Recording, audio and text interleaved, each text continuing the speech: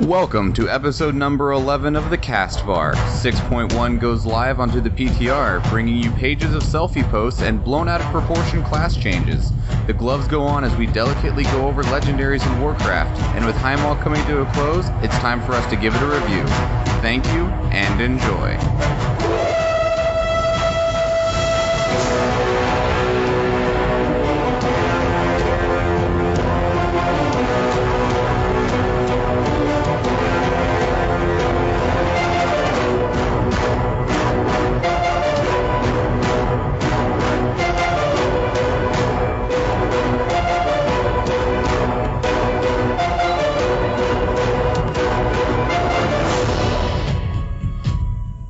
Welcome everybody to the Castbar, the World of Warcraft podcast channeling your content with no interrupts. Today is Sunday, January 25th at about 5:25 Alaska time, because I decided to go with a different time zone this time apparently.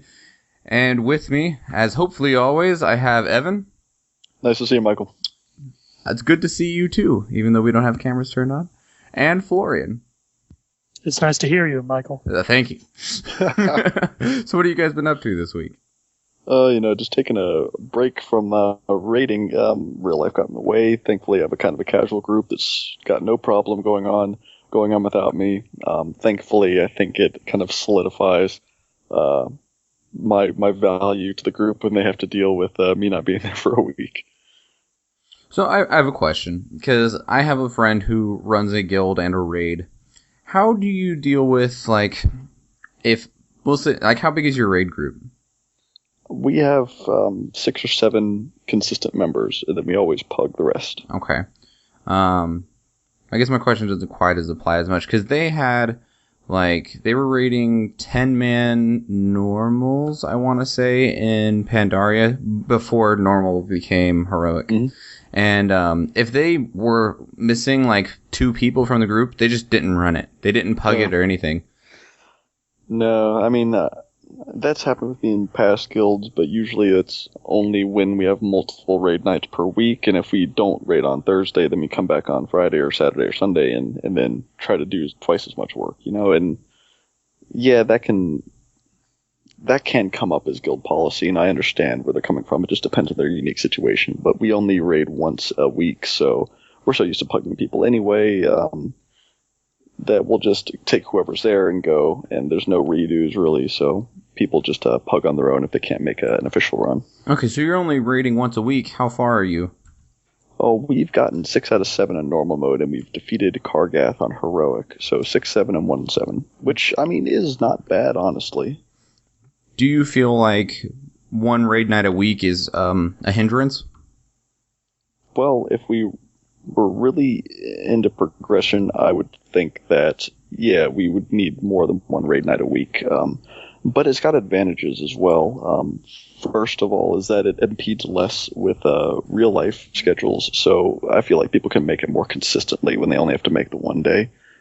And secondly, we go for 5 hours or so, 4 or 5 hours typically, which for a casual guild I feel like is a pretty lengthy session, so I'd rather do the one run a week and have everybody kind of commit and put that night aside rather than spend the same amount of time over 2 days. Do you legitimately believe that you would possibly be farther if you had another night? If we were raiding for 2 nights a week, then yeah, I believe we probably would be farther, but the benefits don't really outweigh the drawbacks. Okay. Well, and also, if you're raiding that long in a night, because some guilds will raid Tuesday, Thursday from 6 p.m. to 8 p.m., so in some ways you're almost raiding more than them. Right. If you just look at straight time. Yeah, since we have to... Yeah, if we were pugging every run and we were running 2 nights a week, then a good portion of that run is spent trying to look for the people. If you only have to fill the group once, and that shaves some time off. If we had a really disciplined group that was full and we had everybody filling all the slots we needed, if people notified us when they weren't going to be there ahead of time so we could make substitutions in advance, and we were raiding 2 nights a week, then, that might be ideal, honestly. Raid sessions are shorter. But I would say if they're raiding for 2 nights a week for 2 hours and they had a really well-oiled group, then they're almost probably going to be more efficient than we are, because we waste a lot of time trying to fill members, people dropping mid-raid, having to refill with looking for dungeons. So the length of a raid session doesn't necessarily mean we're making more progress, because we have to spend so much of it filling in our slots and everything, going over strategies. Okay, and I got one more question for you. Did you guys do this? Well, a question that might have a follow-up question. Did you guys have this raid team and schedule in Miss Pandaria? No, I'm raiding with a group of people, 2 of whom I played with in Miss Pandaria briefly around the time of Terrace Endless Spring. I quit for a while. I came back. They had transferred servers. I was raiding with a separate group, and then we kind of just mustered back up for this expansion. And half the people I'm raiding with, I've never raided with before Warlords. Okay. Because I raided for a little bit with a Saturday morning guild in Miss Pandaria, and I felt that, at least compared to currently, pugs were much more successful towards the end of Pandaria. And there'd be times that it feel difficult to not go out and do something, on Wednesday or whatever, when you're still waiting for your actual raid night to come around. I guess that's not as much of an issue anymore, since you can re-kill bosses. You just don't get loot from them. Yeah, absolutely. I mean, since we're mostly farming normal mode, we haven't gone very far into heroic. We have some higher caliber players who have been pugging most of their heroic runs and supplementing their gear. So we have individual progress, and then we also have our group progress, which is a little bit more behind. Okay. What about you, Florin? What have you been up to this week? Not really much. I've been pretty busy with work, so I haven't gotten much done in WoW, aside from the basic weekly stuff, the LFR and weekly world bosses and all that. Have you been... Nope, that was not the question that I wanted. You're getting ready to move soon, aren't you? If all goes well, yes, I should be moving in the near future. Probably in the next couple months. Fun times. You ready to get out of there? I'm quite excited, yes. All right. As for me, I haven't been doing a whole lot. I had a friend die a couple days ago, so that kind of was lame. Other than that, just been...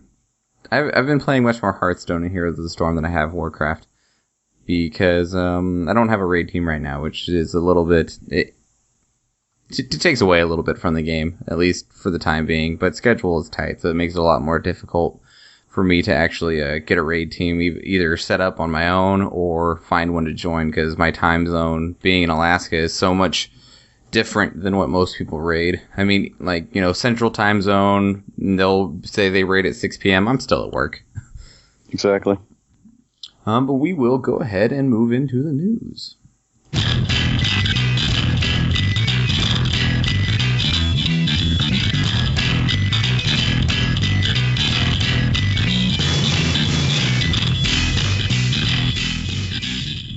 Welcome to the news, everybody. So, even though we touched on it the last 2 weeks, the patch 6.1 has officially went live onto the PTR.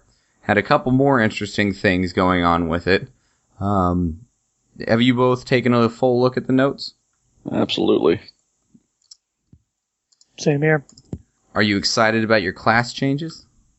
Definitely not very much to speak of. Nothing bad. So I'm pretty enthusiastic. There wasn't much, it was kind of... I don't think anybody really got anything, truly bad. Most of the changes were just small tweaks and balances. I didn't see anything that I would outright consider bad. Yeah, Blizzard, at least with this patch, has been a little less extreme than they usually are. Nothing really got nerfed into the ground, which I'm happy about. But it's just slight changes. Well, and they've been hotfixing stuff across the weeks, which has been changing it. So they might have had to do significantly less changes this time around. That makes sense.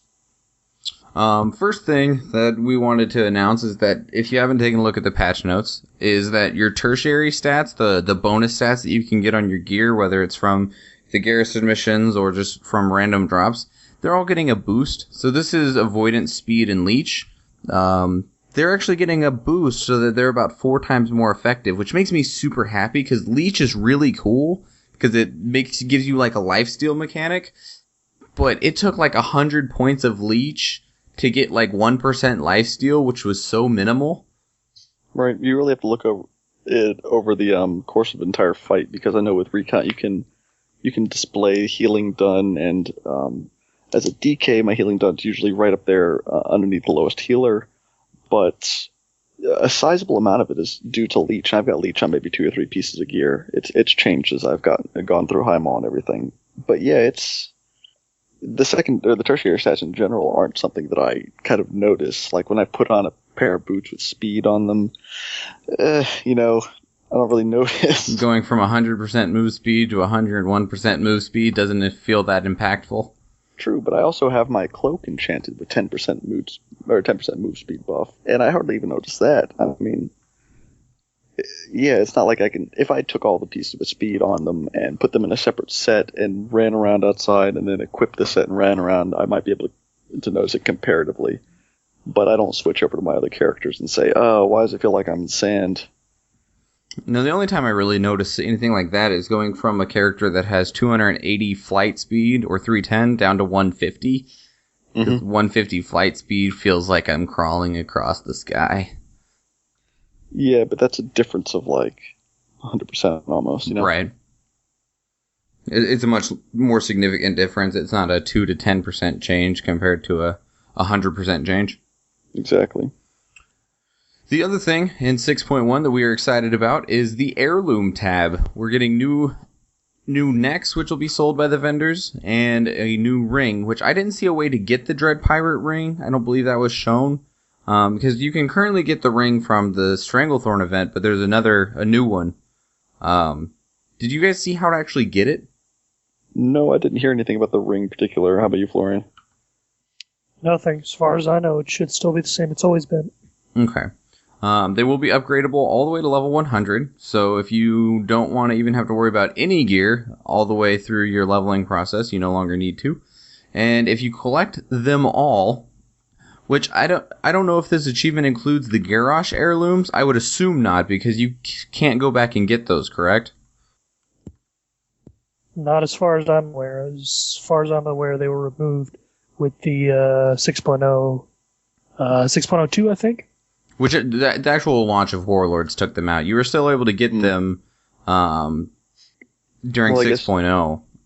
You don't really need them anymore, though. I mean, they had gem slots in them, which aren't all that useful anymore. But you can upgrade your, regular old weapon heirlooms up to 100 now. So right, it should be there a little bit obsolete, kind of like a flavor item now.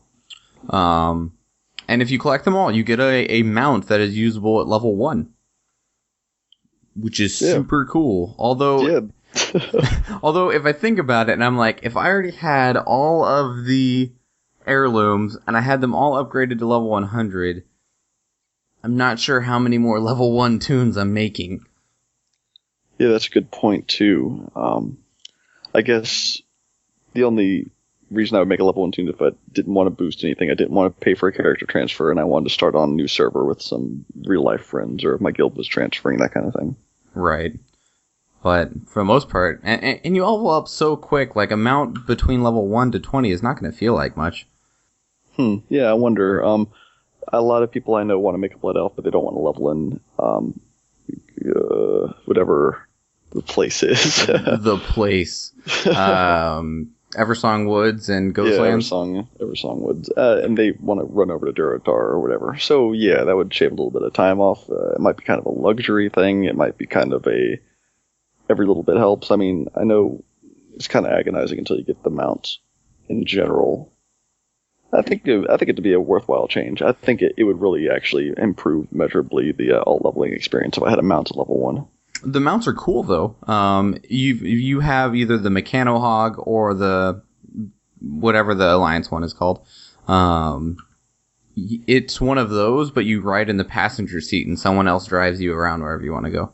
That is funny. Yeah, I mean, most loot comes to mind with heirlooms, especially.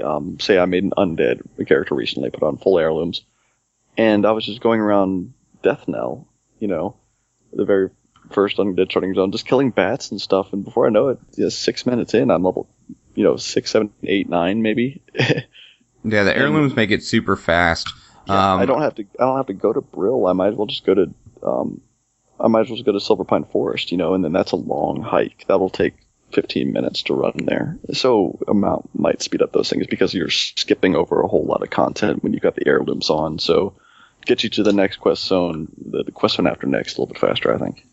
Well, and I remember somebody wanted me to level a night elf with them, and so I sent them all of my heirlooms and all that kind of stuff. And the first quest you get as a night elf is to kill like 3 tigers that are standing next to the quest guy that is there right as you enter the game. And I killed the 3 tigers, turned in the quest, and hit level 2. Yeah. And then you had to go kill like 6 imps and collect like 3 bags that the imps had stolen. Did that, came back, level 3. And I was like, wow. Mm-hmm. Heirlooms, dog. I remember back in Classic WoW leveling a character. I love leveling up new characters to level 10. And I would time myself, and I think generally it took about 4 hours to get to level 10. If I was going balls to the wall, 4 hours. Ooh. Now it takes about 5 minutes, Yeah. depending on how quick you are and what class you might be playing. Yep. Unreal. But I think they realized that, like with the 90 boost, though, that was one of the things that was the point of being able to just play with the other people that are playing. It sucks to, get into this game and everyone is experiencing, like, the new expansion or anything like that, and you are having to level up your first character. It may be part of the game, but it makes you feel left out in a lot of ways. Yeah, I feel like it's still just a little bit too tedious. I've got a couple of alts sitting in level 20, 30, 40. I've got an alt at level 65, and I still think, I could get it in level 100, but, Nope. My method is power level to 60 and then boost. Yep. Of course, now, you don't even maybe need to do that. My Death Knight, because boost wasn't around at the time, didn't have professions. And when Warlords hit, I gave her blacksmithing, because I didn't have a blacksmith yet, and she's already at like 650 blacksmithing. She's almost maxed. Yeah, with the new Warlords profession system, I've found leveling new professions from 0 is pretty easy. Super simple. Just got to have the little base materials to do the daily each day. Mm-hmm. So the next thing, as we already said before, Evan was right, and Twitter is coming into the game, and that'll be here next patch. And alongside Twitter, there'll be a new item/toy that you can get, and it is the selfie camera. I don't know what selfie stand for. It's an acronym because all of the little gimmicks that are engineering products are, what is it called? It's not an acronym. It's a, What do you call anyway. It's not an anagram either, is it? It's not an abbreviation. Either way. And you are going to be able to take selfies of your character. You'll turn it on, and it'll change the camera to be right where your character's face is, and your character's arm will look like it's holding a camera, and then it will proceed to make different faces, which then you are able to snap said pictures, and I would presume that you can snap said pictures and then post them to Twitter. Because that is what was important right now. Florian, what would you have liked to have seen besides Twitter and a selfie camera that you might have thought to have been a more important thing for Blizzard to be working on? Are you implying that that's not the most important thing? Yes. I don't know about you, but I've been waiting for the selfie camera since vanilla, and I'm quite excited about its implementation. Your sarcasm is showing. Real talk, though, I would much rather have some more 5-man dungeons, but that's just me. It'll be fun to play around with, but I don't think the selfie camera is going to have any kind of lasting appeal. It's more like maybe just 10-second jokes. I'm like, I got a selfie camera, I'll take 2 selfies, and then probably never use it again. I don't see it as being anything interesting or useful in any way. Well, my question on this, Blizzard can do this, sure, but does this really benefit Warcraft in any way? And does it benefit the players really that much? I understand this is meant to be a more fun thing, But this apparently has taken a lot of work because, we were requesting for there to be a show offline option in BattleNet and stuff like that. And they said they were working on other projects first, which is this Twitter project. Does that help either Blizzard or us really that much? Specifically the Twitter thing. I don't think the selfie camera took that much. I think it was more of just a toy. Well, the Twitter thing, I think they're mostly looking at it from probably a marketing standpoint, because WoW is a social game. People get into WoW because their friends play WoW. So if you can have your players start posting on Twitter, all their friends will see that and they'll be like, hey, the WoW thing they're doing looks fun. It looks like they're having fun doing all these selfies in WoW. And then they go and play with them. Because the thing is, like, at the end of the day, like, Blizzard is a business, and offline mode doesn't make them any extra money, but more marketing and exposure does. So the Twitter thing really is a logical decision from that point of view. So do you think that Blizzard is paying Twitter money for this, or is this just an agreement between the two to build up popularity on both? On the business side of things, who do you think is getting the better side of the deal on this? That's difficult to say. I think it's definitely Twitter, because nobody is starting a WoW account so that they can tweet from more platforms, but you have a bunch of WoW players who are going to be tweeting for the first time. Okay. Yeah, that makes sense. All right, so the next thing for 6.1 is that there's going to be new garrison missions, which will be the only two that I saw were Relic Hunter and Bounty missions, and Relic Hunter is including... there's also the profession missions that we already talked about. The Relic Hunter and Bounty missions, Bounty is going to be, you're hunting down people, and it gives you, there's going to be missions that give you options for better gear, so you won't just be forced on the Highmaul, waiting for that Highmaul or Blackrock Foundry mission to come around so you can get some higher level loot. These will both give you a chance at loot.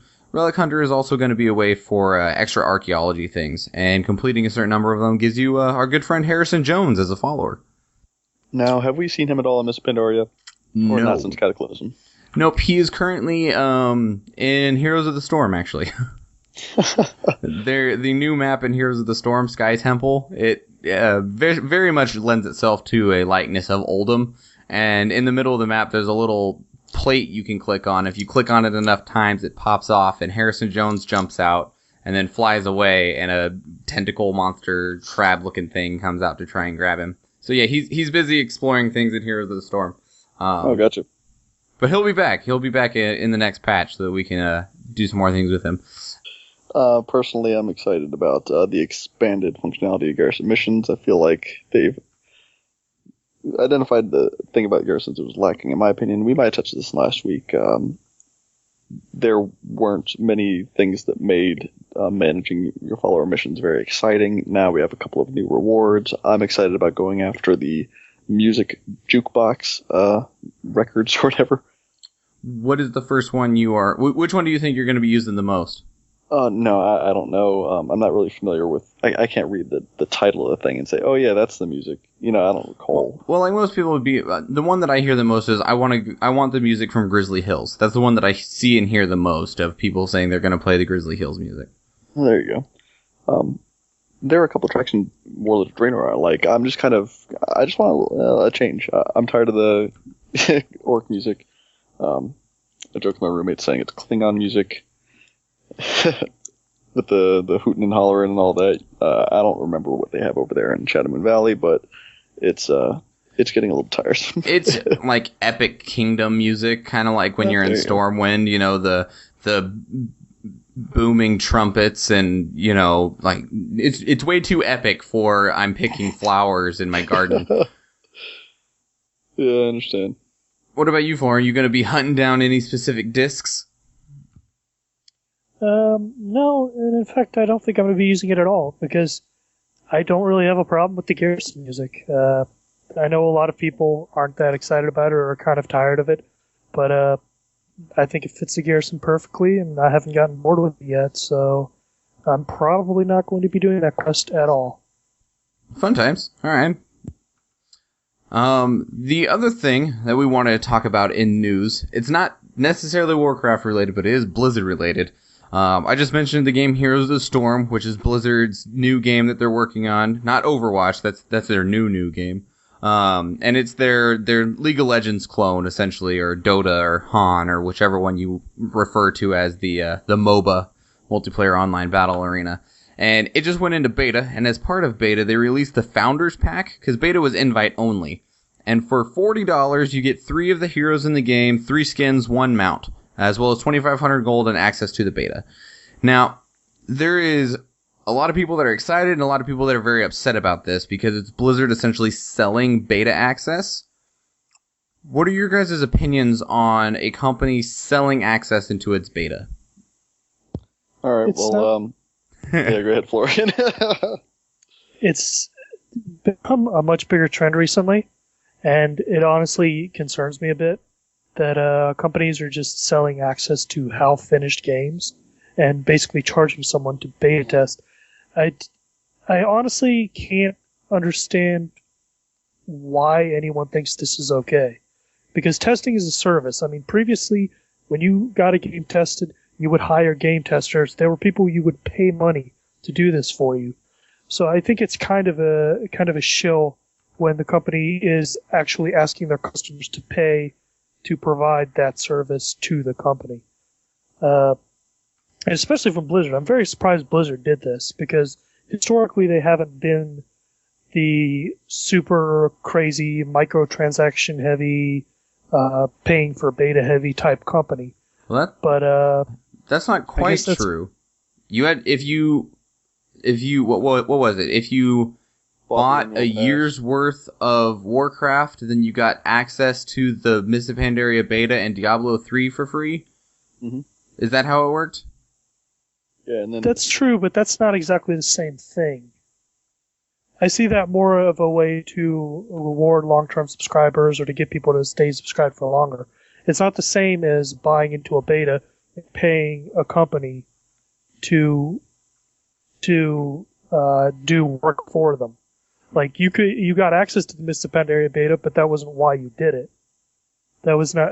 Some people may have done it for that purpose, but that wasn't the main thing. The main product was still World of Warcraft access. Okay. Well, and the other thing that the main complaint on this that I have found, besides the just the general idea of them selling beta access, I had access to the alpha, which automatically got me into the beta. And there is a bundle inside the game that you can't get if you don't have the Founders Pack. It's called the Nexus Bundle, and its value is at least 3 times that of the Founders Pack. So the Founders Pack gives you the 3 champions, 3 skins, and the 1 mount for $40. The Nexus Bundle gives you 8 heroes, like 6 skins, and 2 mounts for $30. Right, so if you calculate that down, you said that the Nexus Pack gives you about 3 times the value for $10 less. But you can't buy it unless you are already in the game. Right. And there's something... It's just the value of the Nexus Bundle is so drastically superior to the Founders Pack that it upsets a lot of people, because they might not mind paying, but the Founders Pack honestly isn't that good of value. You're paying $40 for, like, if you bought everything through the in-game store, it's like $60 for everything, $56. So it's like $16 off, where the Nexus Bundle is worth like $150 worth of right. microtransactions. So basically, if you're saying that the Nexus Pack gives you 3 times the value for $30, and that means that the real champion skin mount value of the Founders Pack is about $10, and since the price is $40, you could extrapolate that the beta ticket itself is about $30. Which hurts people. Yeah, and I understand what Florian's saying. I mean, you're providing a service doing the beta testing, and that definitely is the case, or has been the case. When you talk about paying employees at Blizzard, for example, to bug find and to find exploits and everything, you're expecting them to provide a service for you that is useful and valuable. You're having people run a dungeon over and over and over again and investigating every single nook and cranny, to the point, like ad nauseum, to the point of you're dead with boredom, I would imagine. And they're not enjoying the game at that point. I don't think that's their job, But when you have somebody who wants beta access as a player, I think 95% of the people aren't going to say, my job here is to bug find, my job here is to help them make a good product. I think a lot of people just want to get in and enjoy the game and to play against other people and get a leg up on, skill and technique.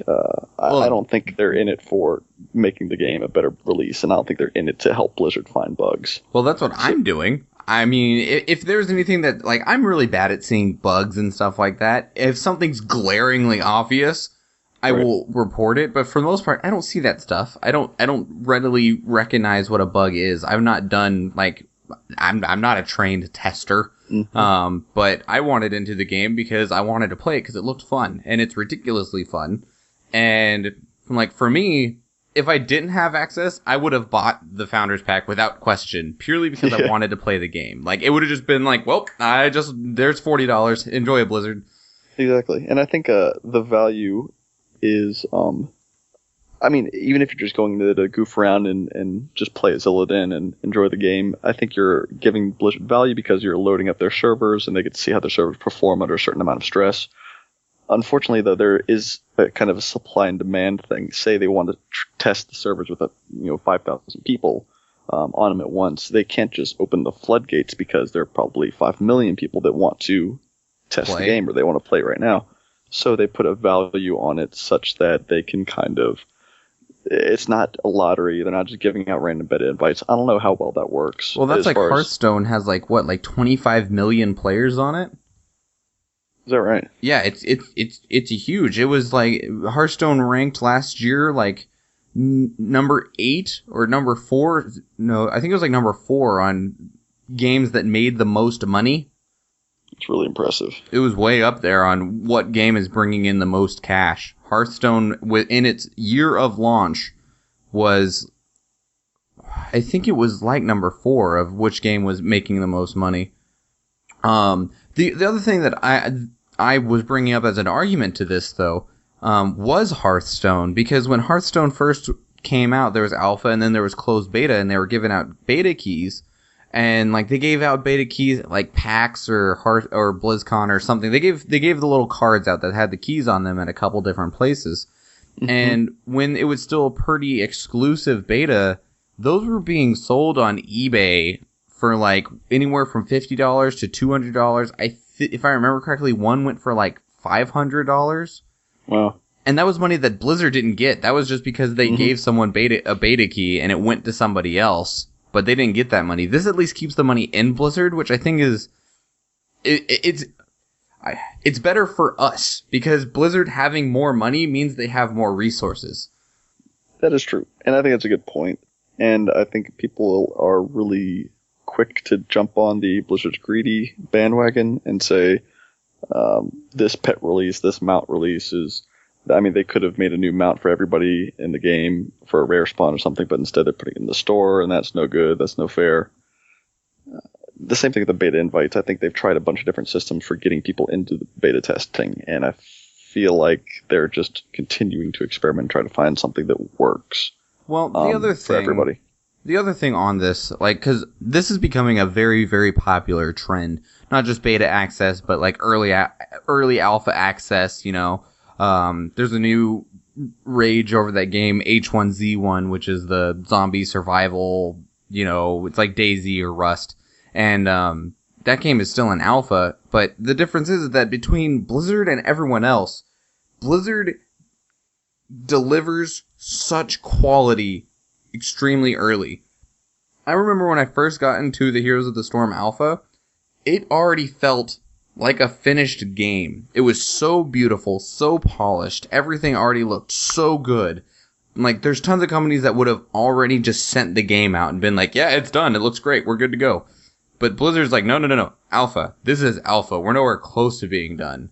And I think that's what makes the largest difference, because with these other games that'll be granting you, super hyper early access, they are so unfinished. There'll be either things that are just completely don't work, or horrible bugs, or server crashes, or all kinds of stuff. They're selling you what you would readily think of when you think of alpha. Mm-hmm. Whereas Blizzard is selling you beta access, but I can tell you right now from playing it that it is a wonderful game. It is so good. So while I don't necessarily approve of this system, for Blizzard and the quality that they put out even in beta, it is significantly more appropriate. Well, good. Because yeah, I mean, Blizzard doesn't like to let people down when it comes to the quality of their games. That's true. They feel exceedingly bad when stuff happens like Warlord of Draenor release and garrisons being down and people getting stuck in the flight paths and people can't play, people who took off their days of work and servers are down, this and that, yeah. Right. But yeah, I mean, all in all, I will be playing the game when it's available for free. And they are still sending out beta invites. So, I mean, you still can get it for free if they send you an invite, or you can just buy access. Right, but then when it releases, when there is full release, they will it'll be a free to play game with microtransactions. Is that right? Right. Oh, absolutely. I'll just wait for that. I mean, I'm not gonna pay $30 to get in early. I don't think. What about you, Florian? You gonna pay $30 to get in early? Probably not. Mostly because, in my experience, one of the biggest drawbacks of early access or getting into a game in its alpha or beta state is that you tend to play the game a lot and you'll basically sort of get bored of it before the final release comes out. This happened to me with Minecraft and also with Hearthstone. I played a ton of Hearthstone in beta, and then when it actually finally came out, I'd already played so much Hearthstone, I just didn't want to play any more Hearthstone. So I think it can also be a long-term detriment to a gaming community in the same way, because there's a large percentage of players who might have played the finished game if they hadn't got tired of things in alpha or beta state. So I'm going to try not to do that and wait for the game to come out in its fully realized form. See, and like I initially had that same problem with Hearthstone, and then I don't know what made the difference. Maybe it was the new expansion or something, but I've had a very revitalized interest in the game, and I'm very close to getting to legend rank, actually. I'm currently sitting at like rank 3 or 4, so if I just wanted to make a strong push, I could probably get there. So, I mean, I just had to really... it was one of those things of like, I'm going to play it again just to see if I really still dislike it. I do this about once a year with League of Legends, and every year that game still proves to be something I no longer want to play. But Hearthstone, it was like, no, you still love this game. You should play it some more. And I'm like, okay, I'm going to play it some more. But we have dragged that on for a bit. Let's move into a closer look.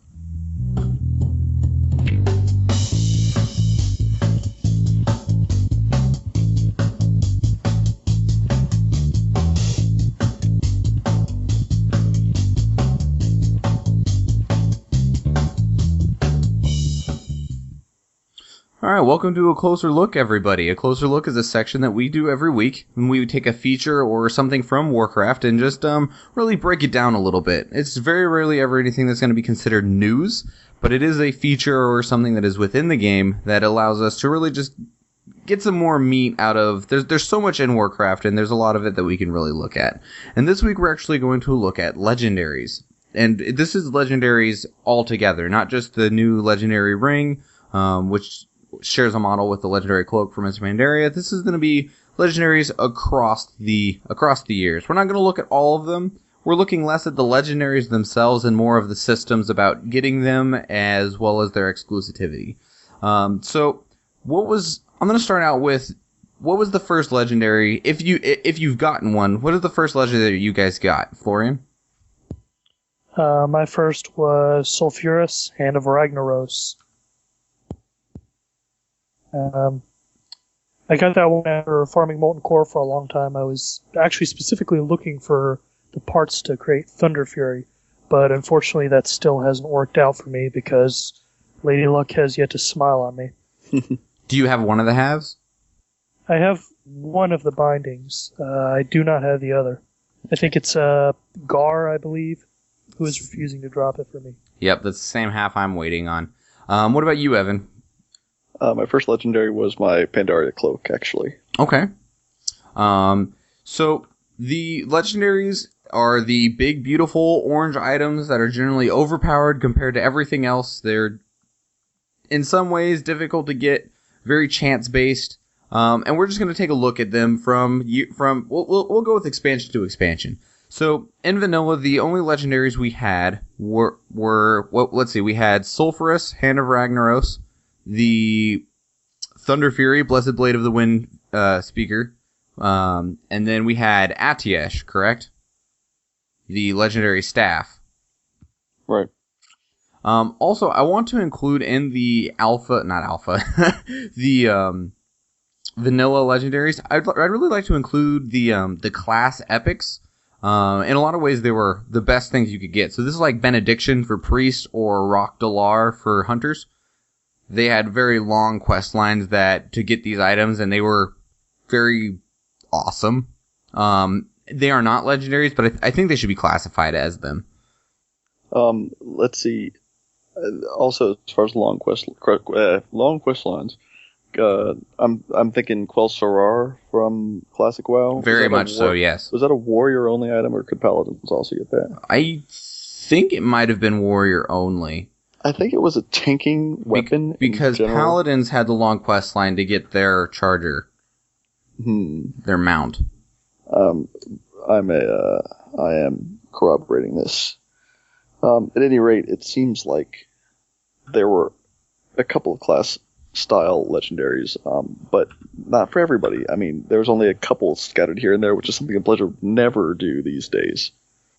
Right. People really didn't. It was not fun when you weren't a class that had a chance at getting the legendary. And with Burning Crusade, we got the Warglades of Azeroth and the Thoradol for hunters, the magical bow from Sunwell. Was there any other legendaries that I'm missing? We have from Burning Crusade? Not from Burning Crusade, no. I don't think. Okay. So these all really heavily fit into the same category of like the original legendaries. They were extremely chance-based. Because like Sulfurous, you had a very low chance for him to drop the little orb from Ragnaros. And Thunder Fury also came from Molten Core with a chance for... There was 2 pieces to it that were a chance to drop from 2 bosses in there. This was a rough system because it was so chance-based. Were you raiding during those expansions, Evan? Not very seriously. I never saw anybody finish their legendaries. I never raided Black Temple. I never raided Sunwell. I did a little bit of Molten Core, but I think the only thing I've ever seen was I was in a guild with a hunter who finished their Rock Dalar. I was in a guild with a warrior who finished his Quell Sorar, and I remember him smacking that down the ground so that Onyxia could do her deep breath on it, that kind of thing. So I was kind of playing during those days, but other than that, no, I didn't raid Dragon Soul or Naxxramas. Did Naxxramas have legendary? Wrath of the Lich King? No. Didn't do the Shadowmourne, I've kind of missed the boat on a lot of those big legendary item pushes throughout the years. Okay. So, like, legendaries have taken this shift because it used to just be there was a chance to get this, a piece or the item from almost always an end boss. And then we've taken this slow shift into what we got now, and it started really originally in Wrath of the Lich King, where the first one in Wrath of the Lich King was, I can never remember its name, it's the Hammer of the Titans from Ulduar. What was its actual name? Valinir, Hammer of the Ancient Kings. Yeah, that one, thank you. And so all the bosses on 25-man had the way to activate this hard mode, and they had a chance to drop a fragment. And so it was a way that you could really build up to it. And then we went into Icecrown Citadel, whereas there's this very short quest chain to lead up to get the sister weapon of Frostmourne, which is Shadowmourne. And you'd collect all these shards and stuff like that. And this is the first time that we really saw the grinding of all these small little parts instead of just a big hunk or just the weapon itself. Now, the thing that was so rough about this, and compared to the way we have legendaries now, is that you had to choose somebody. So for like Shadowmourne, you had to choose either a warrior, a paladin, or a death knight, and nobody else was going to get it. You were all working towards getting them their legendary. Mm-hmm. This makes them feel much more unique, But if you weren't that person, it kind of like, if you weren't like a super tight-knit raid group, you know, where you'd already been together for a long time, and it was like, we're giving him the legendary because of, whatever reason you decided. It was really harsh sometimes to really have to deal with being the one that, you, in Warcraft, you always want the cool, awesome weapon item, and it sucked when you weren't able to be the one to get it. That's definitely the case, and I don't know how I would handle that in my current situation. If we had the same kind of thing where you it's kind of some assembly required version of legendary, and you have to drop the super rare initial item. Given how my raid group is right now, where we have to pug people quite often, it seems like it would just have to come down to a random roll. Whoever won the roll got to start building it. I can imagine that a really tight-knit group where you have some people who are really dedicated, some people who are maybe here every once in a while. You wouldn't want the flaky red pally that is there more often than not, or as often as he isn't, to win that role when you have your arms warrior who shows up every week and brings flasks. I mean, I feel like there's a little bit of credit that you ought to have, and I think that's the way a lot of guilds historically would have done. Kind of, if they're not doing a DKP system, they're saying, everybody's kind of agreeing that this is the person that deserves it. But it brings in a level of kind of drama that other items don't really bring in. I mean, if you have the two-handed epic off of Arthas drop, nobody's going to be really heartbroken over it because maybe next week the same thing drops, or maybe the week after. But with these legendaries, you had to put in weeks of work. Absolutely, which is why maybe they took a break within Warlords of Draenor. They're saying, how about this system of legendaries where everybody kind of gets a fair shot? And then they were kind of trying to look at the data, look at how many people got their legendary cloak, what's the public opinion of the legendary cloak, how it compares as far as satisfaction. Spoiler, I don't think very many people were satisfied by it, thinking it was more of a requirement for heroics. Right, and that, I mean, the system was first really kind of thought of in Cataclysm, because in Cataclysm we had two more legendaries, which was Dragon Wrath, Terragos's Rest from Firelands, and then we had Fangs of the Father, which is a rogue exclusive legendary, and it's two daggers of which you're basically wielding Deathwing's teeth from Dragon Soul.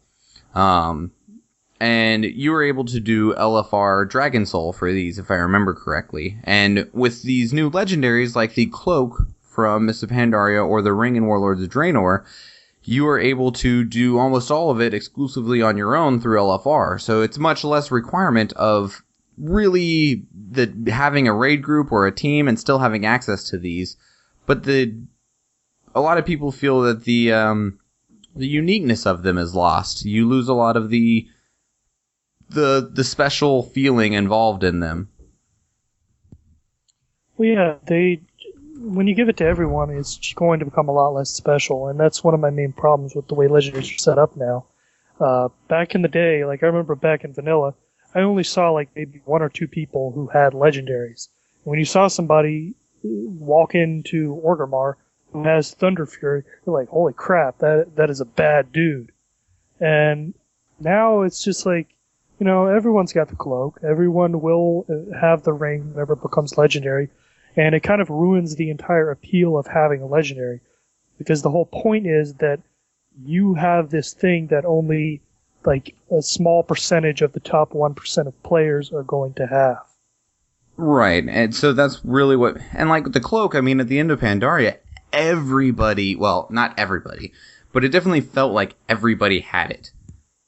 I mean, you walked into the shrine and you just saw blazing, crazy effects from everyone's cloak going off, because it had a proc of, whenever the first time you would see it, it would proc for the visual for whoever was looking at it. And so, like, you'd load into your shrine, it's just like, wings and things everywhere. And so it just didn't feel very important, because it was like, oh, I have the cloak. Everyone has the cloak. Oh, look at that guy. He has a cloak, too. And he has a cloak. I mean, it felt more special to have the cloak to be able to go do Ordos than it did to actually have the cloak.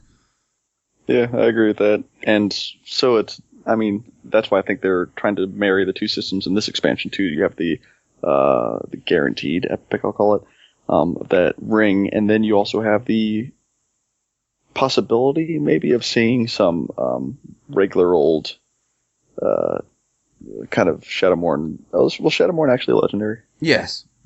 Yeah. You have your guaranteed legendary, and then you have this kind of Blizzard hinting that they'll make available this, I don't know, probably like Gorehell or something. I'm not sure. That was the one that they were talking about. They showed a new in-game model for a wieldable Gorehell. I mean, it could be like the Tusks of Manaroth off of Garrosh, where it's just a really low chance, really high quality, epic drop. Or it could be a legendary. I would like it to be a legendary. Well, we've already got Blackhand's mace as a kind of Tusks of Manaroth, really iconic, really sweet looking, but low drop chance epic, not legendary. Right.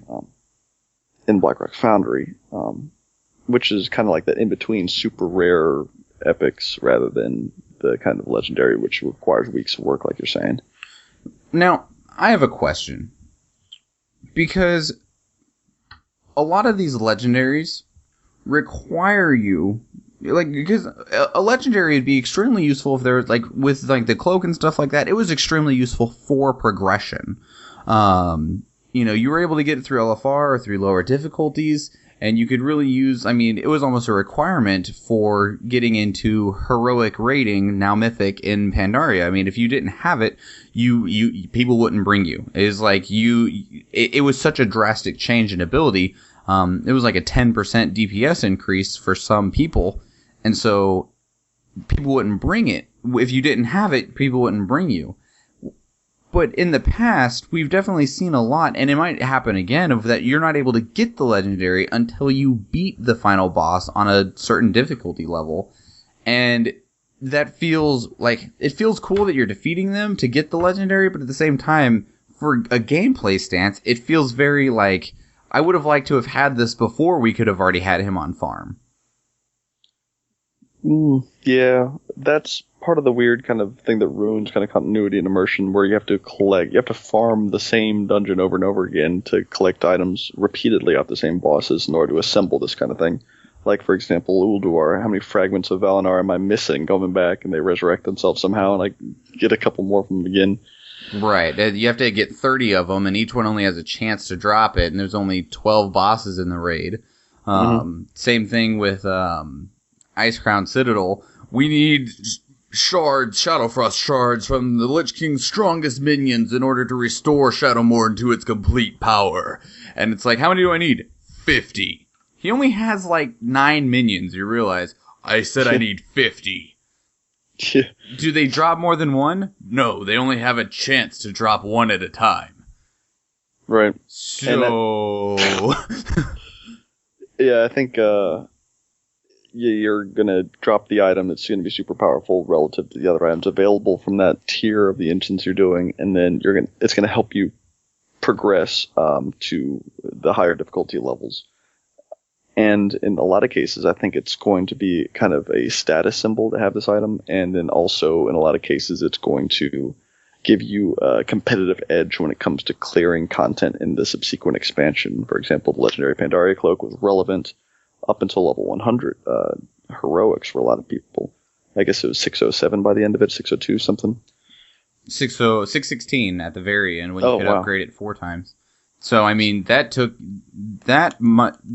will last you all the way up until you're doing heroic dungeons and warlords. So there's pretty much that. So I think they've tuned it well enough. Like, for example, back in Classic, you get 2 different chances for legendary items from Molten Core, which is the first set of 3 raid tiers. And then if you had Sulfure's Hand of Ragnaros, I mean, you probably were set until level 70 in Burning Crusade. It wasn't quite the same back then. I mean, the power level difference between... They tried to make the power jump not as significant between Mists of Pandaria to Warlords, whereas the power jump between Vanilla to BC, from BC to Wrath, from Wrath to Cataclysm, and even Cataclysm to Pandaria, those were huge jumps. Huge! Just the straight-up power difference that you got from one expansion to another. I mean, that was one of the things that makes people really grumpy most of the time. Is like, I was this heroic raider, and then I went into my first questing zone and replaced all of it with these terrible greens.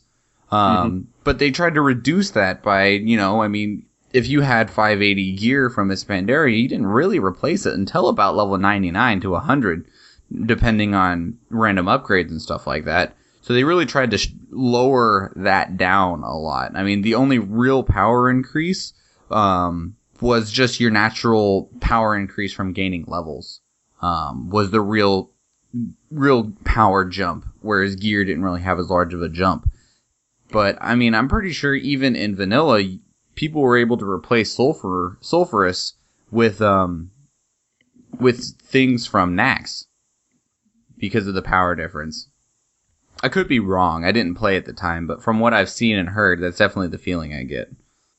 So if the cloak was your first legendary, have you went back to try and get any of the others, Evan? No, because of the repetition that seems kind of necessary. I don't have a whole lot of patience for doing a task. Like, I haven't built any really sweet transmog sets because I don't have the patience to run a dungeon week after week or heroic, day after day. So I'm just not kind of cut out to be the kind of person that would go after the old legendaries, and I'm perfectly fine with that, honestly. Do you think it's a difference between reward versus effort versus reward? Absolutely. It's just the delay in gratification, I think, that does it for me. I've got some buddies. One of my really good friends just got his Mimiron's head from Ulduar. Oh, I'm jealous. Yeah, exactly. He worked really hard for it every single week, and now he started his Elegon grind. I can't do it. I just can't. I'm just not that kind of person. So it's the effort versus reward. I mean, it'd be really sweet to have an item like that. It'd be even sweeter if you were able to transmog them, of course, but that's a different discussion. The drop percentages are so low that, although I know it would probably eventually come, it's a little bit dull for me to run through Molten Core, for example, even once, much less hundreds of times. Well, and I definitely agree. And me, because I think they're cool and they're generally very unique looking, it's less of how the reward and more of like how long it's going to take. And this can, swing on different scales and stuff like that, because like I can run Black Temple in like 15 minutes, and I think the Warglaives are awesome, and I want them on my rogue. And I really also want Thunder Fury on my rogue. But going in to kill Gar takes all of like 3 minutes, so I don't mind doing it. I just fly over there, go stealth, sprint past everything, and then go kill him, and then I'm done. But like Sulfurous, I don't think I'll ever have Sulfurous, because you have to do all of Molten Core, and then you have to go kill him, and then he just has a chance to drop it. And it's a very, very low chance. I won't ever go back and do Dragon Wrath Terragos's Rest because there's just too much grinding involved in Firelands, and I don't enjoy Firelands that much to do it every single week to grind those. But on the other side, I just got done doing the Shadowmourne quest line, but it has, in my opinion, the greatest rewards a legendary quest line has ever had. Because it was a long grind, super tedious. I had to go grab a whole bunch of friends to do the infusions, because you have to do special things on all of them. Right, yeah. But it wasn't even Shadowmourne that was the reward. It was the sealed chest for getting Shadowmourne, for killing the Lich King after you get Shadowmourne. Mm-hmm. Which has, the Crimson Death Charger in it, Muradin's Favor, which lets you turn into a Dark Iron Dwarf, not a Dark Iron Dwarf, the dwarf that looks like the Titans, the Dwarf Titans. Right.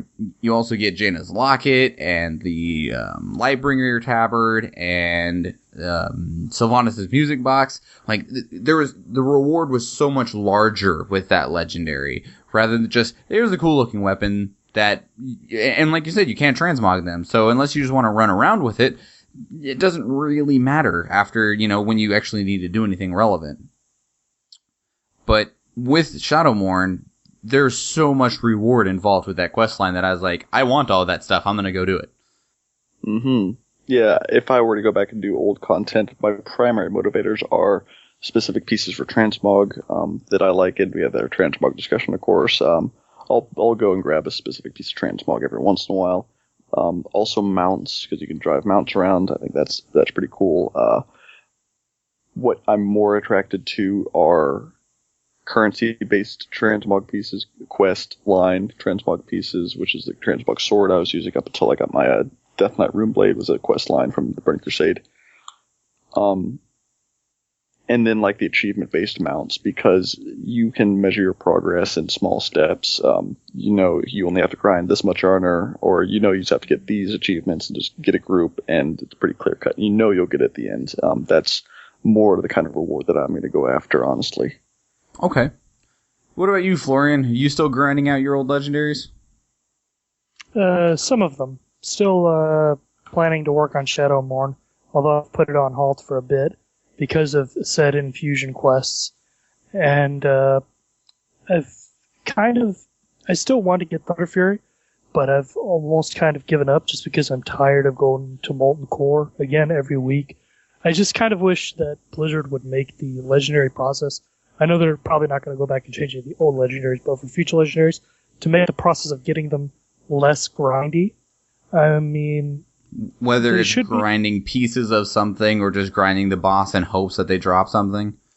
Exactly. It doesn't really add anything to the game or to the legendary questline. I think they should be hard to get. The questline should be very difficult, but difficulty and grind are not the same thing. When I look at something like, for example, the Warlock's Green Fire questline, which was very challenging, and you got cool and tangible reward for doing it. Legendaries should be something like that. They should be very challenging questlines that only a small percentage of players can complete. Something that's fun to play, something that's interesting, so that you can still keep it to where only a small percentage of the community has it. Only the most dedicated players will have it. But rather than having to spend hundreds of hours of your life to try to get this imaginary digital item, you can do it simply through skill. Okay.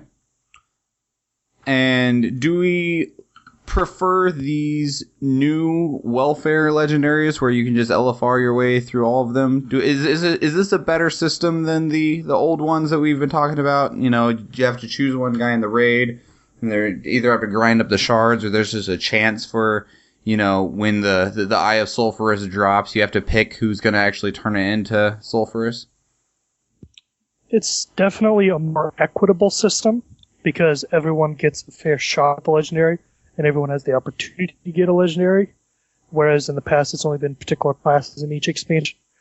But I feel it completely destroys, and once again, this is coming from a lore nerd, it completely destroys the legendary lore-wise. It's no longer anything special. It's no longer interesting. It's no longer unique. It's just like some crap that everybody can make.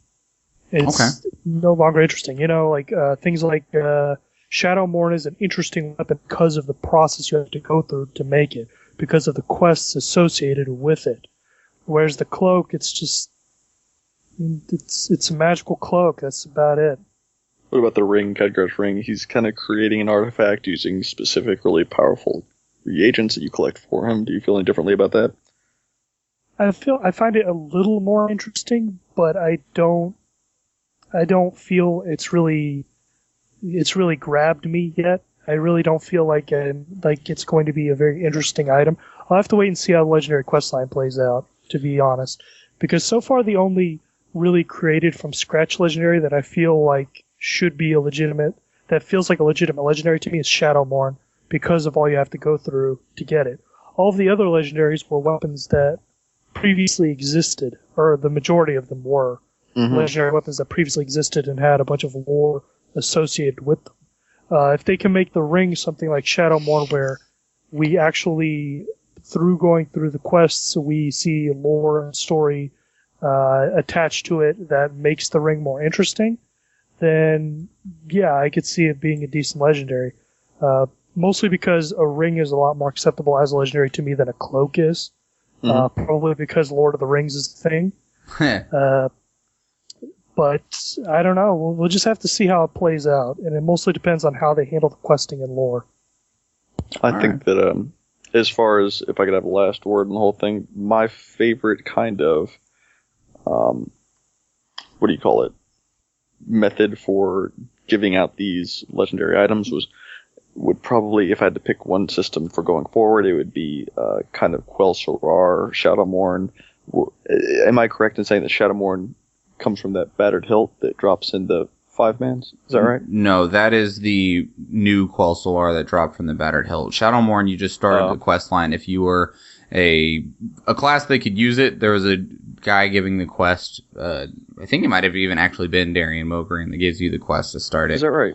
So you don't have to win this special item? Like, you could have 3 people working on it at the same time, or the shards only drop per raid one at a time? Well, that's the thing, is that anyway, you could have the entire raid on the quest line, but only one shard has a chance to drop from the boss. And if there's multiple people that can use it, multiple people could roll on it, but there's still only one. I'm thinking that the best system would be something like the Quell Sorar from Classic WoW, where you get your Foror's Compendium of Dragon Slaying out in the world, and you can, on your own time, go and try your luck and try to get that or buy it or something. And then you need a good raid team in order to finish the item. So you're doing the crazy things like getting a Nixia to do a deep breath on it, and then going to the other raid instance and getting satisfying some other criteria, maybe even something that's kind of achievement based, and then building the item that way, such that you don't have to select who gets the privilege of building the item, but it still takes teamwork to finish it off, and it still takes some personal luck to see the item for the beginning, and it still takes personal skill, even if it was like a kind of like the Warlock Greenfire quest level like scenarios after all is said and done, just so it's limiting, and it really does typify you as an elite player, but doesn't really carry so much responsibility for the raid leader, whoever's distributing loot, and it doesn't really create interpersonal tension when this kind of item shows up. Okay. Any closing thoughts on legendaries before we move on, like we need to do? Habit Everybody's just says what their favorite legendary of the game is right now. Okay, Florian? It's probably still Shadowmourne, mostly because I've never gotten past the whole Lich King thing. My favorite legendary would definitely have to be Shadowmourne. The questline for it is really awesome. It's really lore-filled. The Shadowmourne itself is really cool looking. And I actually enjoyed the whole process of getting it, even if it doesn't make complete sense at a couple points. It's in my mind still the best legendary and the best legendary questline. I like, my favorite's going to be Thunder Fury. Blessed Blade of the Windseeker! Just because this thing is enormous. It is so big for a one-handed sword. It's just silly. And I like how in Warlord of Draenor it started popping up again as being a higher DPS than some of the other more relevant items. I wish I could transmog it and have 2 of them on my combat rogue. Yeah, definitely really iconic, and with the cult following it's got, I think it makes it really funny. Oh God, just don't mention it in trade chat. Oh, I like it because I like to dressing room it every time. I think it's a badass, and on a Tauren, man, that thing is massive. Female human. It is the most ridiculous looking thing. It's bigger than she is by a considerable amount. Like, it's so huge. Okay, let's go into the mailbag. Sure.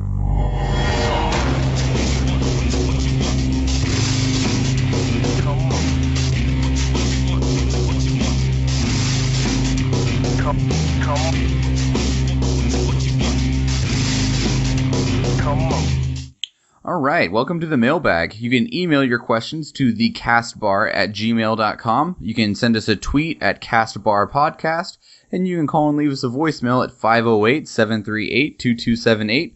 This question actually came to us on Facebook. We have a Facebook group, which you'll be able to just search the Castbar to find. And Jonathan K. asks, Evan plays Horde, right? Well, Michael and Florian are Alliance. Why did you choose your faction, and what would be a good enough incentive for any of you to switch to the other faction? Florian, kick us off. Sure. I play an Alliance now, but that's actually a fairly new thing.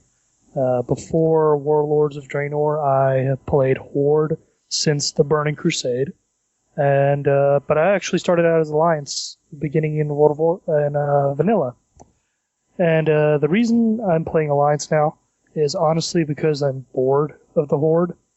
I'm tired of looking at basically wooden sticks with little scraps of tent on top of it. I'm tired of spikes being on everything, which probably doesn't bode well for me going into Draenor. But they're not your spikes. That's true. That's true. But just spikes in general. So I just kind of got bored of playing Horde. I've been doing it for many, many years, and I've kind of missed out on everything the Alliance has been doing and everything that's been going on Alliance side.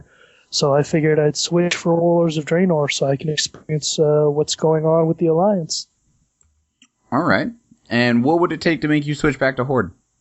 Or could anything be good enough to make you switch back to Horde? Oh, I will probably switch back to Horde in the future, because while I am trying out Alliance because I would like to see what goes on Alliance side, I get the feeling that after Warlords, I'll probably go back to the Horde just because I like the Horde better.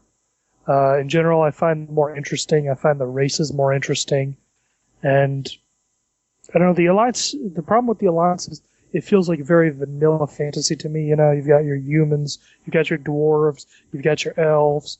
And then you look at the Horde and you've got like giant cow people. I mean, we got goat people, man. We got space goats coast to coast. Well, no, not good enough. No, I've always just been a Horde guy. I can't say why. No, that's perfectly fine. I just prefer that side. All right, I'll go ahead and go next. I started playing Alliance because I think it's, in my opinion, is the reason most people play their faction, and that's when I got into WoW. I got into WoW because friends got me into WoW, and they were all playing Alliance.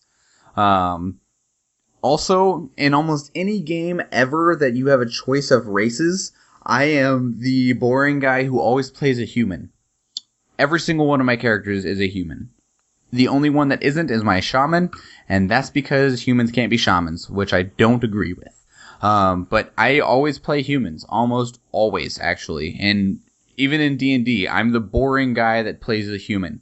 I enjoy being human. And we have those extra feat choices. Right, well, depending on the edition. But seriously, I just always play humans. So I was actually happy about my friends playing Alliance because I got to play a human. My main has been a human priest since Burning Crusade, and that's what she's always been. I've considered changing it, and then I'm like, no, I'd just rather be a human. Also, humans in Warcraft have in one of my opinion, basically the best racial. So good. Just get out of jail free card all the time. As for what would be good enough to get me to change factions, it wouldn't be that hard. I do like Blood Elves. I like Trolls a lot. And it works pretty cool too. For a while there, I'd actually faction changed my shaman over to an orc just to try things on the Horde side in Pandaria. Ended up changing it back because I like to waste money.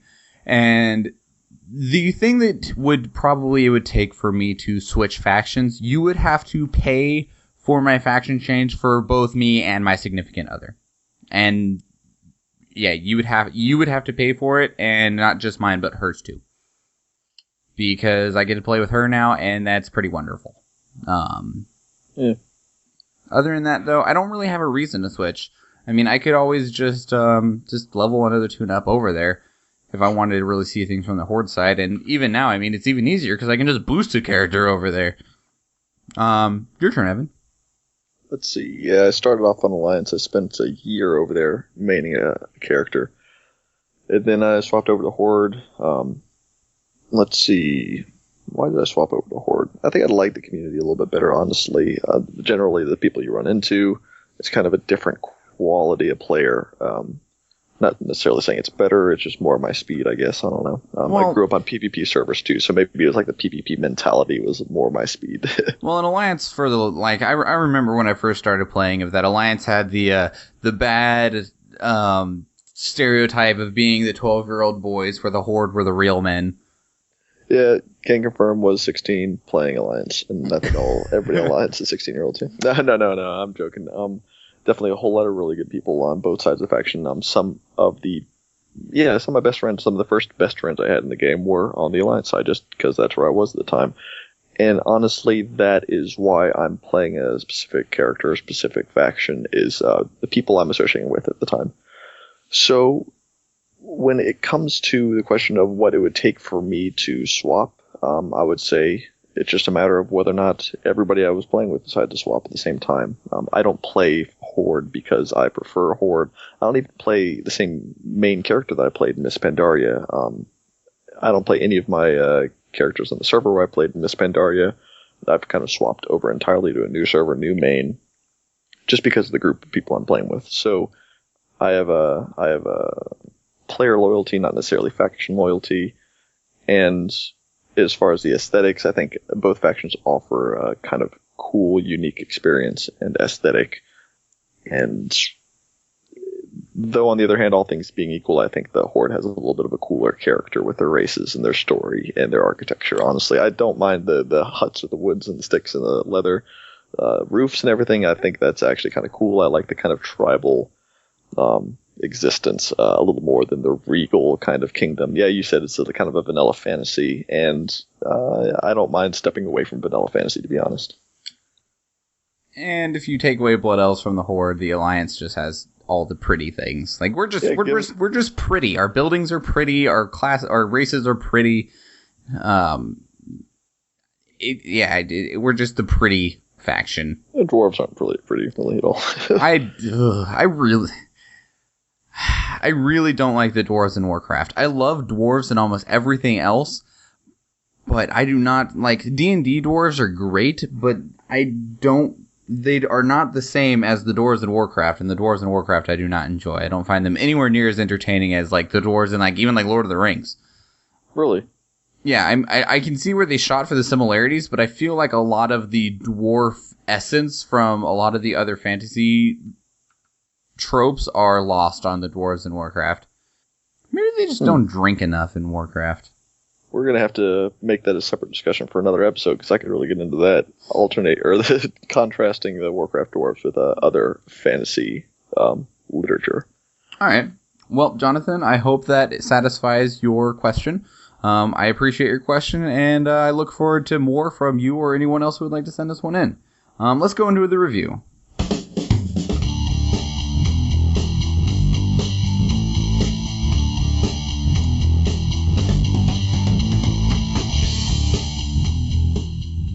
Welcome to the review section. We will review something every week, whether it's a 5-man dungeon, a raid, a quest line, a class, a spec, a zone, whatever it ends up that we decide we want to review and give you our opinion on.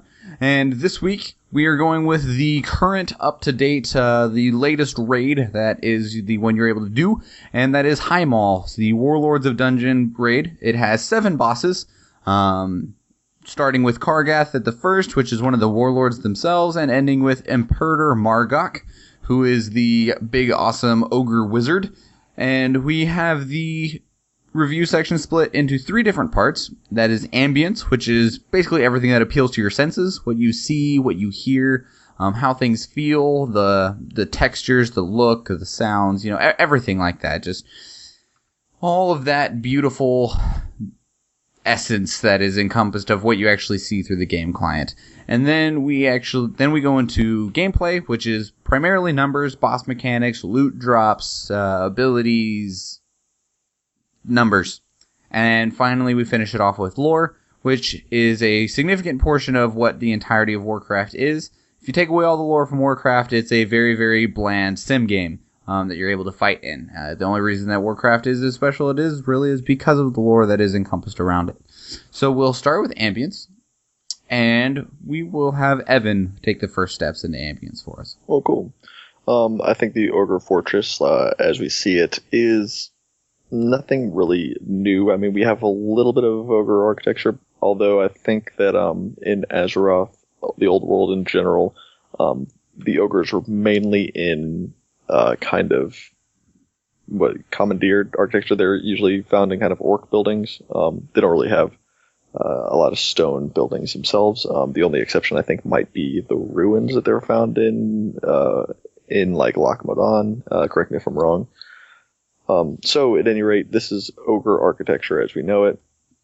And I think it is pretty aesthetically interesting. I think it brings something new to the table. It isn't really orcish, it isn't really dwarven, it's not Titan, it's not Mogu, but it has a lot of themes that are kind of recognizable. The big statue effigies of ogres with weapons kind of reminds me of the Mogu themselves. The stonework reminds me more of like a human dwarven kind of situation here. A lot of cool banners. I like the Imperator's kind of colors with the gold and purple. I think that makes it look really royal. So it kind of it further illustrates his role as the kind of High King in this little scenario. Something to note is the interaction between the ogre architecture, juxtaposition rather, ogre architecture and the kind of Brackenspore, Zangermarsh beach kind of area. I think that's pretty well blended. It's kind of strange in general, but you're introduced to this kind of blending juxtaposition in Nagrand itself, so it kind of continues the Nagrand feel.